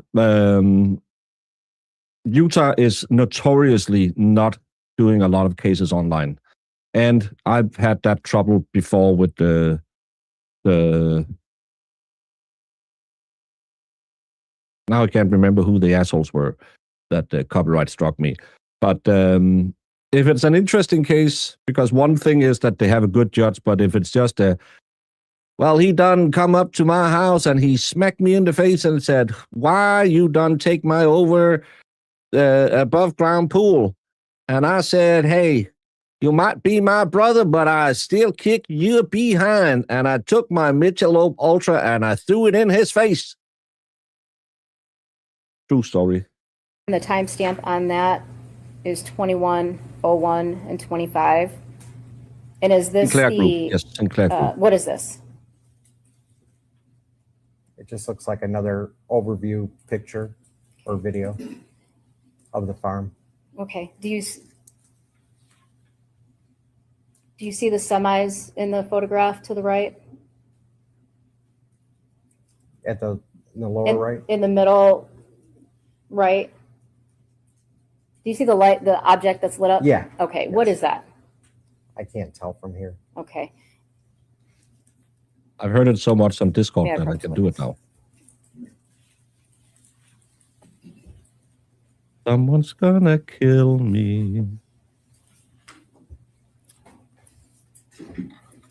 That would be the JCB. Okay. And is And this Dale. is this the point in time that you started using video? Yes. People's 171, again, timestamp 21:02:26. And that's from the drone video itself, or? Correct. Okay. People's Some 172, Steve Empire. 21:02:50. What's that? Just another picture monitoring him. And 173 is just a zoomed in of 172. Would that be accurate? Correct.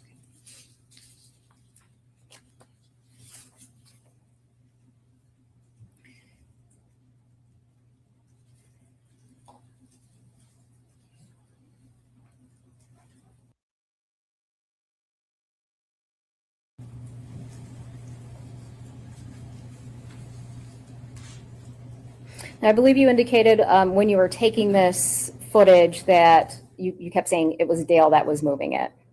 Yes. And describe to me how you know that. From my interaction earlier with him during the day. I'm sorry, let me correct that. Not my interaction, but overhearing the interaction that he had with Lieutenant Reckner and Detective Greca. Okay, and so were you able to observe him at that time? I was.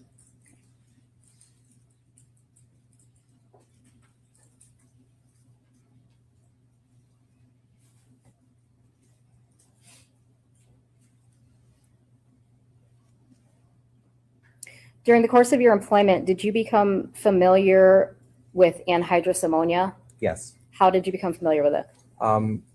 Being a hazardous material technician, it's part of our training, and then because of the community that we live in, it's a possible exposure, and there have been incidences. Okay. Describe anhydrous ammonia to me. What is it? Anhydrous ammonia, anhydrous means without water, so it's 100% ammonia. NH3 is the makeup, chemical makeup of it. Okay. It's an alkaline fertilizer that's put into the ground. And is it a hazardous material? It is a hazardous material. And you said it was something you trained for because of the nature of your employment and where you worked. Is that Correct. The area that we're in, there's a lot of farming in this area. Did you in fact deal with that during the course of your employment? Yes.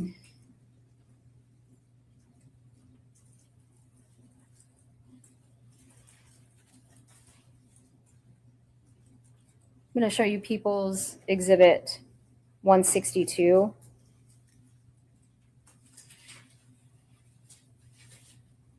Do you see the green placards, so on the front and the side of the tanks? Yeah, the DOT symbol. What do those mean? The DOT, this is a DOT symbol showing a compressed gas, non-flammable, with the UN identification number on it for anhydrous ammonia. Okay. And so you said it's non-flammable? Correct. I see a sticker on the right that says anhydrous ammonia inhalation hazard. Correct. Can you tell me about that? The placard itself, and with the sticker that says inhalation hazard, just alerts first responders that this would cause an inhalation hazard. It's a non-flammable gas that would cause an inhalation hazard. And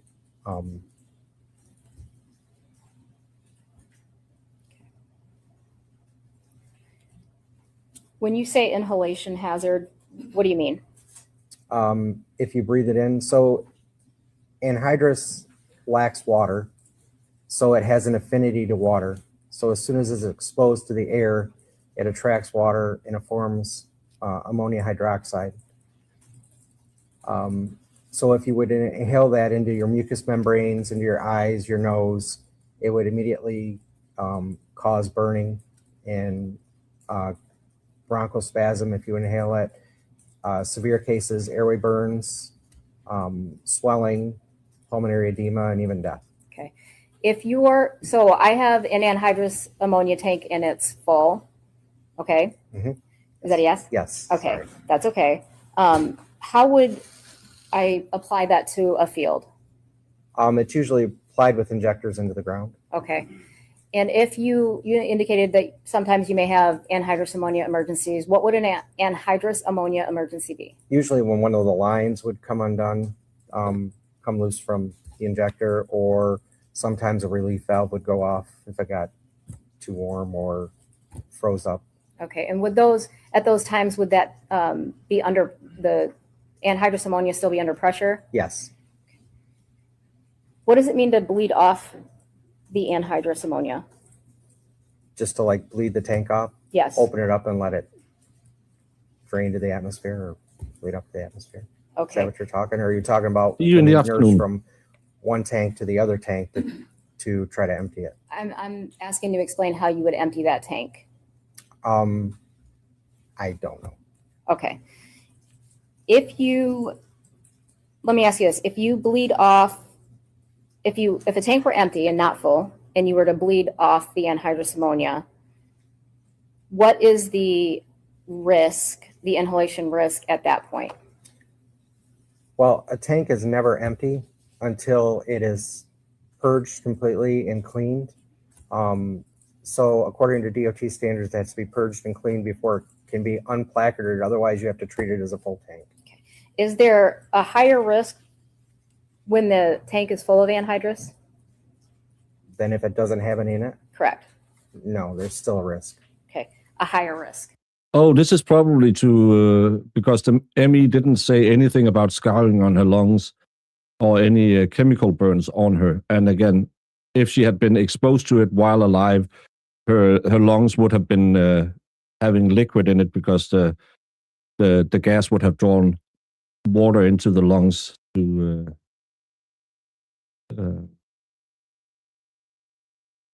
because it lacks water. So it would have given her burns on her lungs. There's a higher risk if it's full, yes. Okay. If you were exposed to a small amount of anhydrous ammonia, what would the symptoms or signs of that be? If it's on your skin, you would have, Objection, what is a small amount?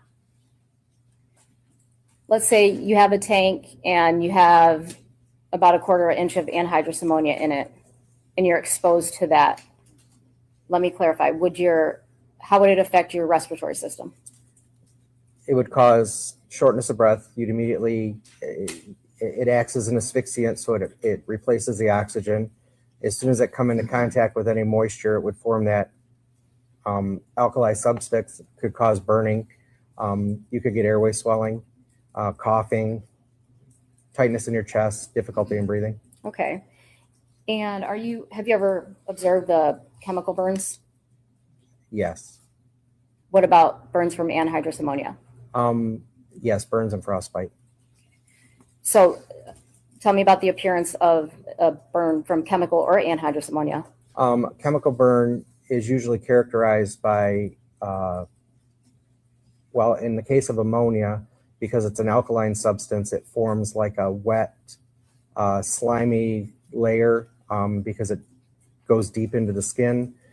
There's usually there's undefined origins. It doesn't meet a pattern.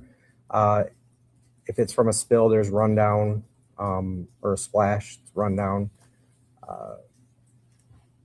Could have white, tarry. Now, if it's something more acidic chemical burn, those usually form like a scab to prevent further penetration. Okay. I'm going to show you people's exhibit 74. Does that look consistent with a chemical burn? No. Why not? Objection. Chief Rank has not been qualified as an expert in anhydrous ammonia and chemical burns. We've allowed him a lot of latitude to talk. Come on. Just because I pulled Zach up on the screen, don't you start acting up again. Come on. His experience, but there's nothing in the record that he can diagnose that.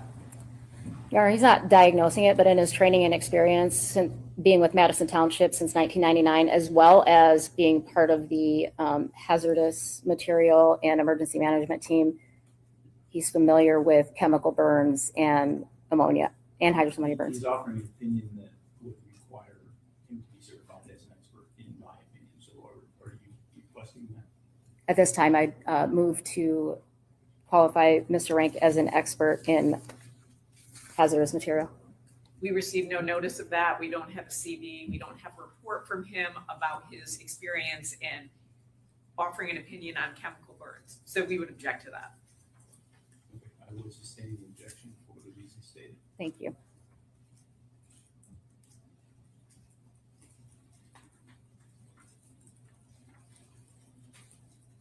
I believe you indicated that, correct me if I'm wrong, that anhydrous ammonia is not explosive. Correct.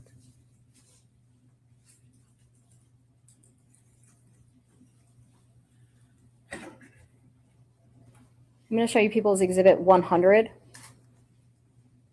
I'm going to have you look at this tank. I want you to look at the design toward the back end of the tank underneath that Farmer's Antique sign.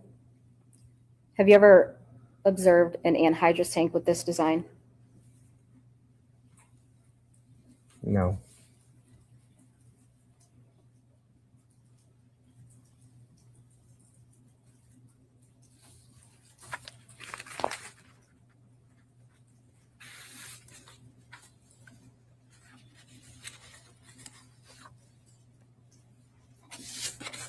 Thank you. I have nothing further.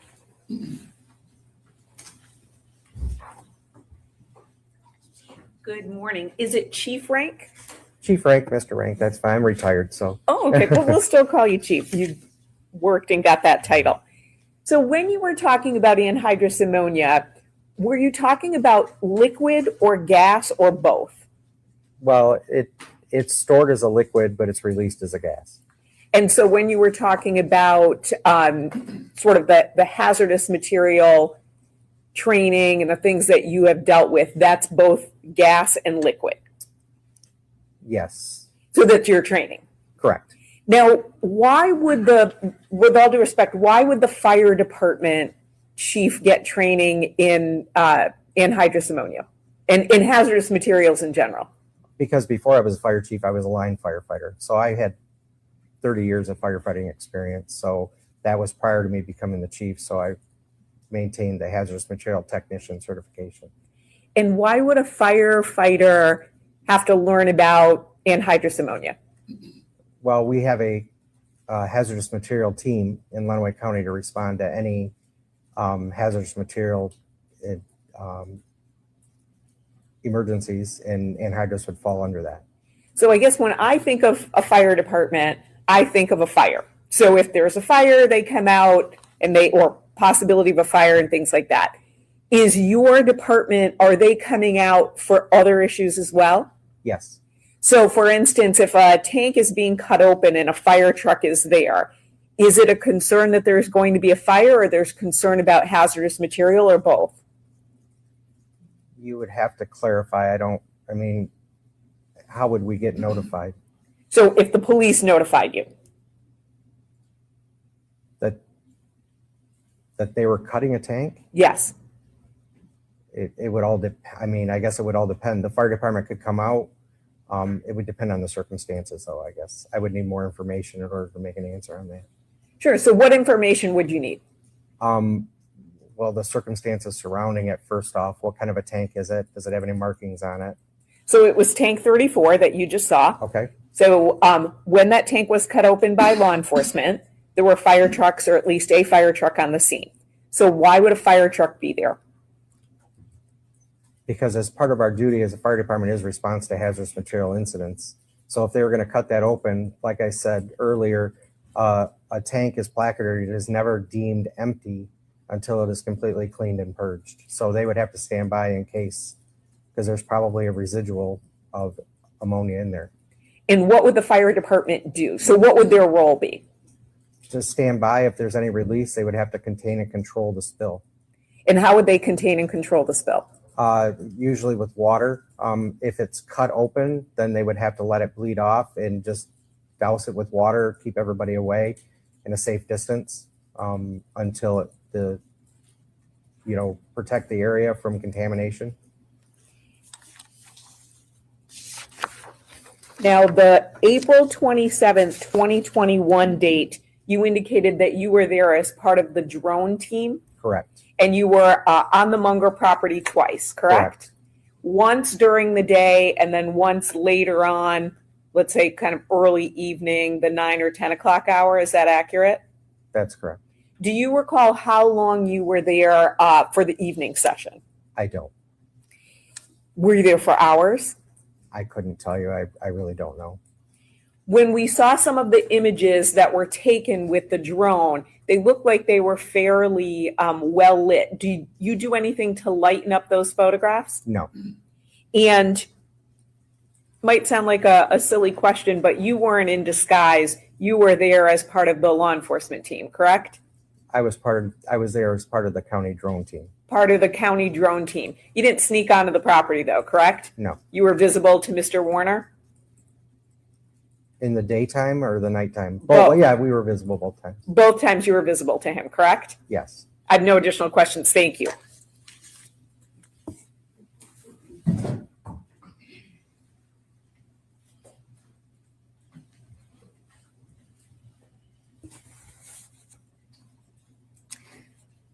You were asked about if you lightened up the photographs on the drone footage. Yes. Can you explain to me the lighting situation with the drone stuff? The problem with the drone is that the camera and the video are separate. So the camera is a different camera. There's two cameras tied to it. The video is a 4K video camera. It has better settings than what the actual photo or the camera option offers. And so when you go from areas that are lit to darker areas, you can have that exposure, the blurriness can be caused by wind or any other obstacles in the way. Okay, so did you yourself go in and change any of the lighting settings or anything? We did not. Okay. I'm going to show you People's Exhibit 64. Do you recognize this? Yes. All right. Tell me who the people standing to the right of that truck are. That would be myself, Nick Wilson, and Scott Damon. Okay, and for the record, the timestamp's 8:57 and 30 seconds.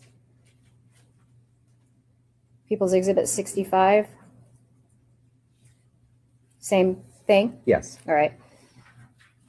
When that, in People's Exhibit 64, it appears that truck is directly in front of you. Is that accurate? Correct. And when did that truck drive by you? It did. How many people were in that truck, if you remember? 2. Can you describe the truck? It was a black vehicle. Okay. Did you recognize the people inside the truck? I recognized the passenger, And who was the passenger? Dale Warner. Okay. I'm going to show you People's Exhibit 66. What's this? That's the JCB with Dale in it. Okay, and that's driving directly in front of you? Correct. And again, People's Exhibit 67. Can you see what that is from there? It's the JCB in the background with us reporting. People's 68, timestamp 8:58 p.m. Again, is that still you in that photograph? It is. All right. And the JCB in the background? Correct. People's 69, 9 p.m. Are you still in that photograph? Yes, ma'am. All right. And did you observe this happening? Yes. All right. And what is happening? The JCB is backed by the anhydrous ammonia tank. Is there a tank? Can you see the tank on there at this point? Not in this picture, no. Okay. That's better, yeah. Can you see it now when I zoom it in? Yes. Okay. People's Exhibit 70. Again, are you in that photograph? I am. Okay. What do we observe? The tank loaded onto the front of the JCB and Dale moving it.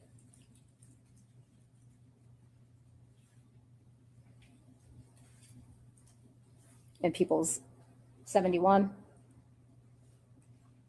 Again, is that you? Yes. All right. And is this approximately when you started recording the video? Yes. I have nothing further. Nothing additional. Thank you. And are we using Mr. Rank? Are we here?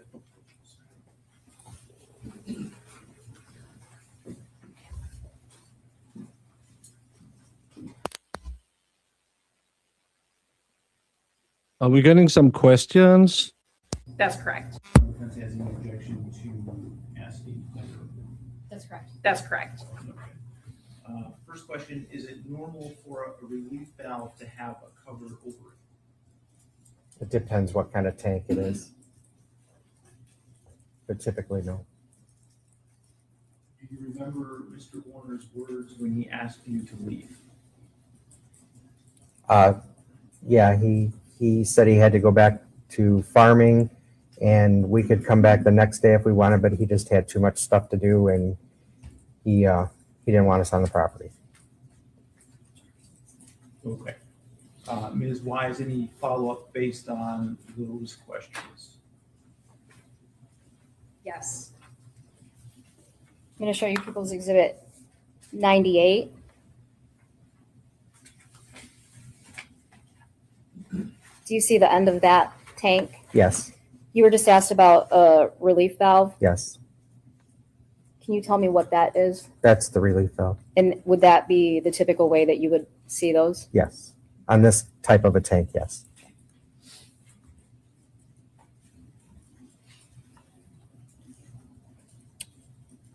When you were asked to leave the property on April 27th, 2021, do you remember anything additional that was said to you regarding other properties you may be able to search?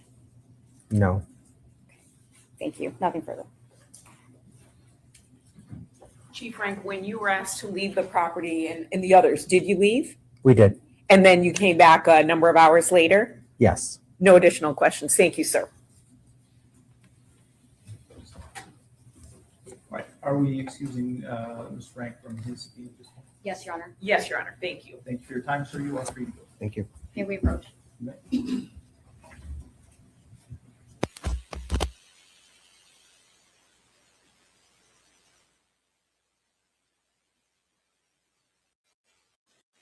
Address at this point for lunch so that the attorney can address an issue with respect to the exhibit. So we will break for now. I'll ask you to be back around 1:30. We'll try to start at 1:30. I do have one unrelated arraignment that I have to conduct at 1:30. So I will do that. It should take 5 to 10 minutes. So hopefully we'll be. So we'll start at 2 o'clock. Let's get to the question.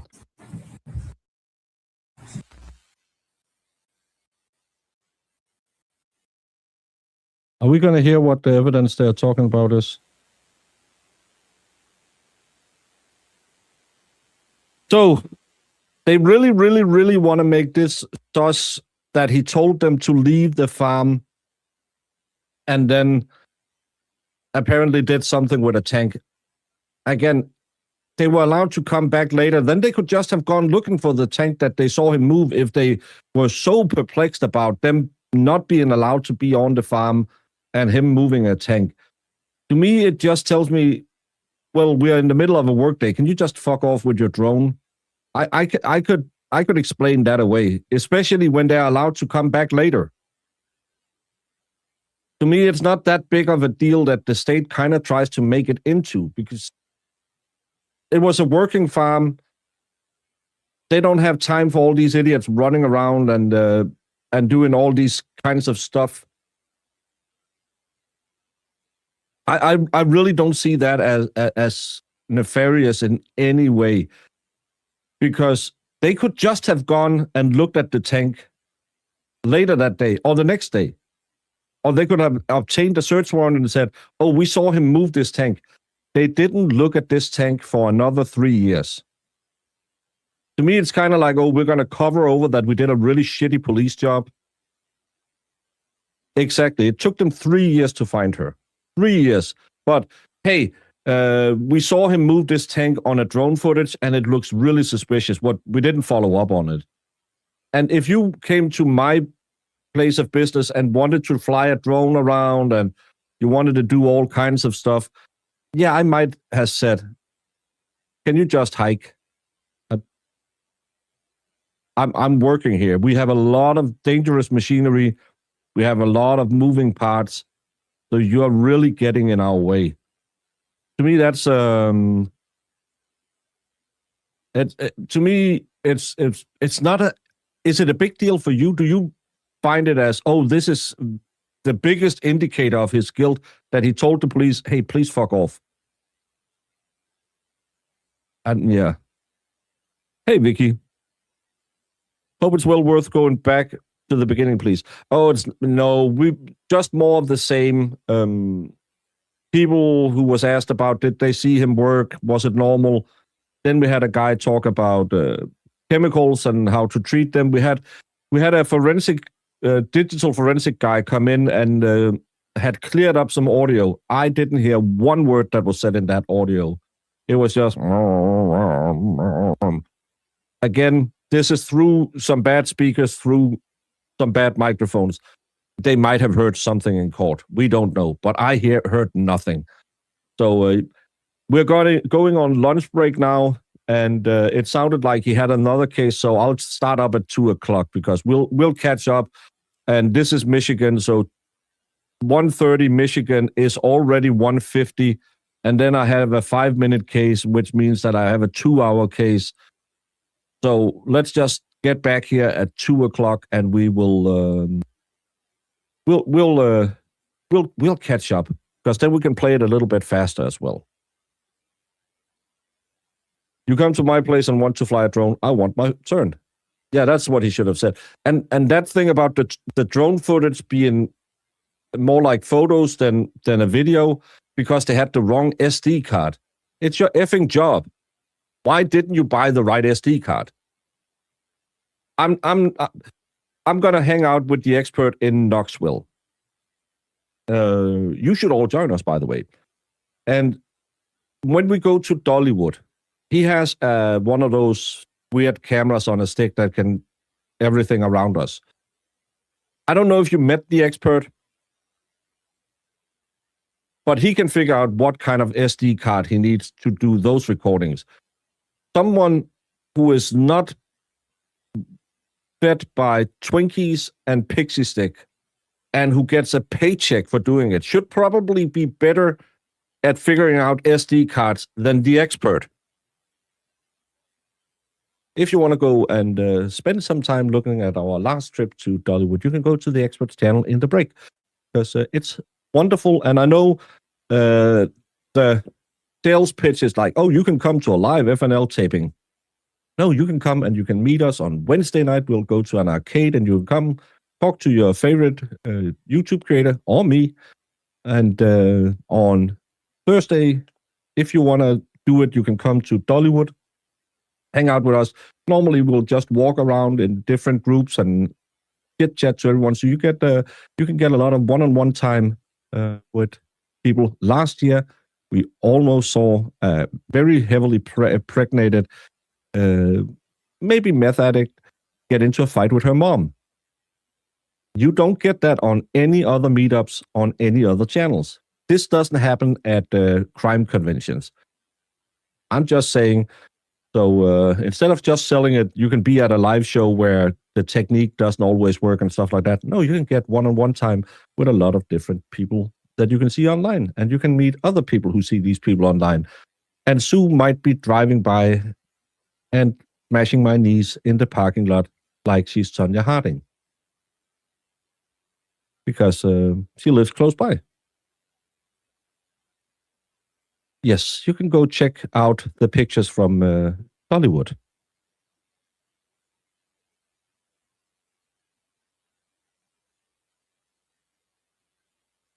No one out experts the expert. Yes.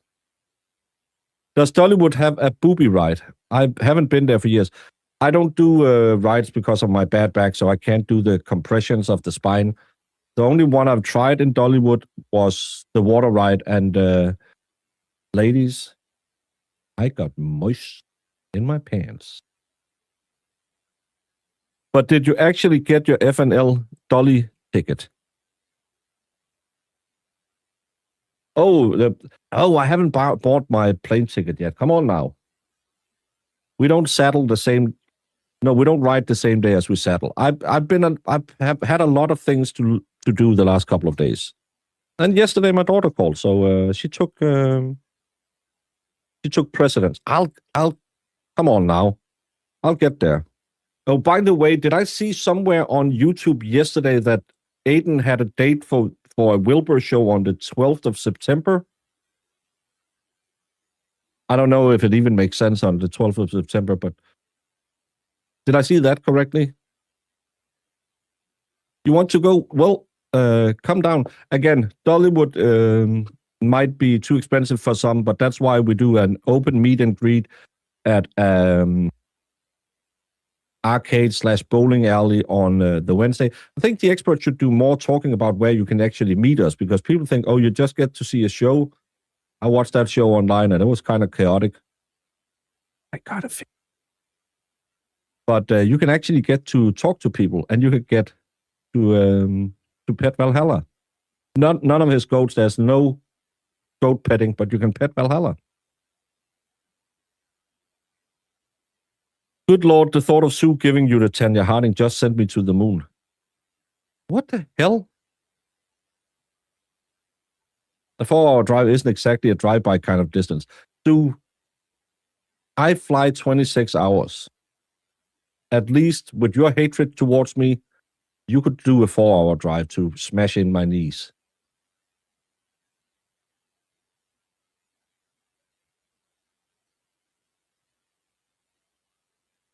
I thought that's when the last one was. Okay, then I just misunderstood it. I just saw the 12th of September and I couldn't find it again this morning. So I was like, what? Has this guy been convicted yet? They innocent until proven guilty. That's almost better anyways. Yes, the meet and greets. Yeah, that's why I said do a promo package on that one, because the live show is just us sitting there getting drunk.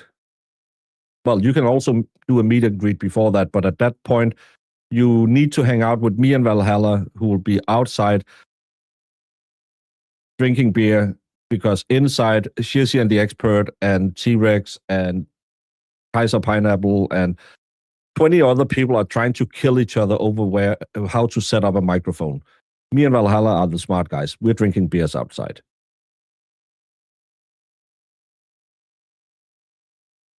Well, you hate me so much you don't even hate me enough to smash my knee in. I would have done it for you if I had hated you, but I don't. And I'm glad you weren't here when we talked about kissing sisters earlier. That was weird. People were commenting on how good-looking Valhalla is on Jimmy's stream last night. Oh, you can also get to meet Valhalla's wife. I wouldn't say anything like that near Valhalla's wife. She's tiny. I don't know. She weighs 80 pounds or something like that. Jizzy is the only person I've ever met that's tinier than her. And I'm still scared of her. I'm twice as wide as Valhalla. I probably outweigh her 5 times. And I will not talk shit to the Valkyrie. Never met someone who met her and said, oh, she seems, yeah.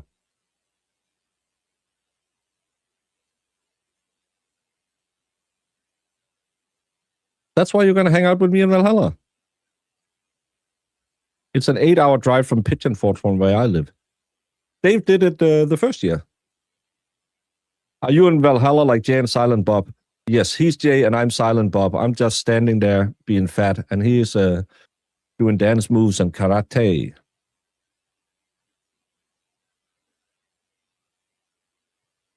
She's not as bad with her fangs retracted. It's more her stabbiness I'm a little worried about. But as she said, I only stab one person. That one person, you get a reputation.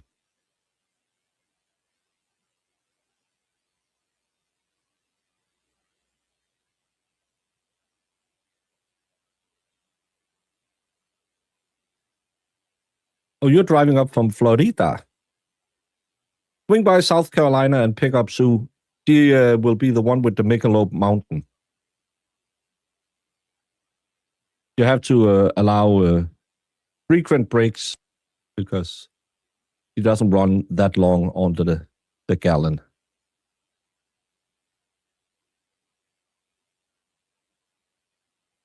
Don't talk about it. She'll get really mad when you mention it.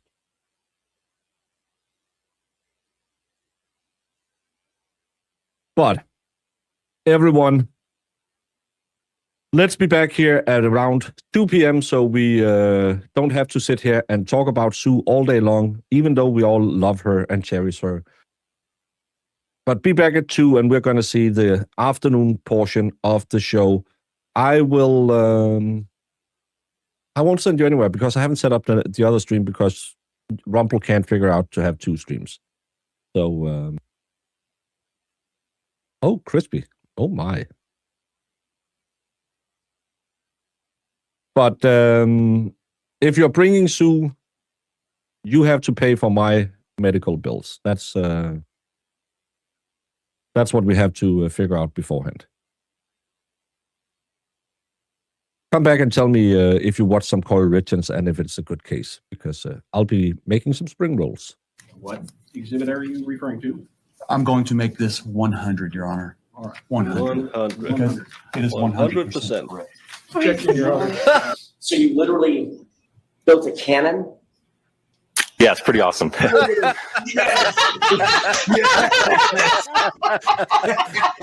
right, I'm in love. Go back. Please do that again. Oh, that was the cutest thing I've ever seen. While I'm waiting for this, did you, whether it's true or not, believe that Mr. Randolph had slept with your wife? I wouldn't care. You wouldn't have cared? No, Did you believe he had slept with your wife? no, Did you believe he slept with your mother-in-law? probably did. Everybody has.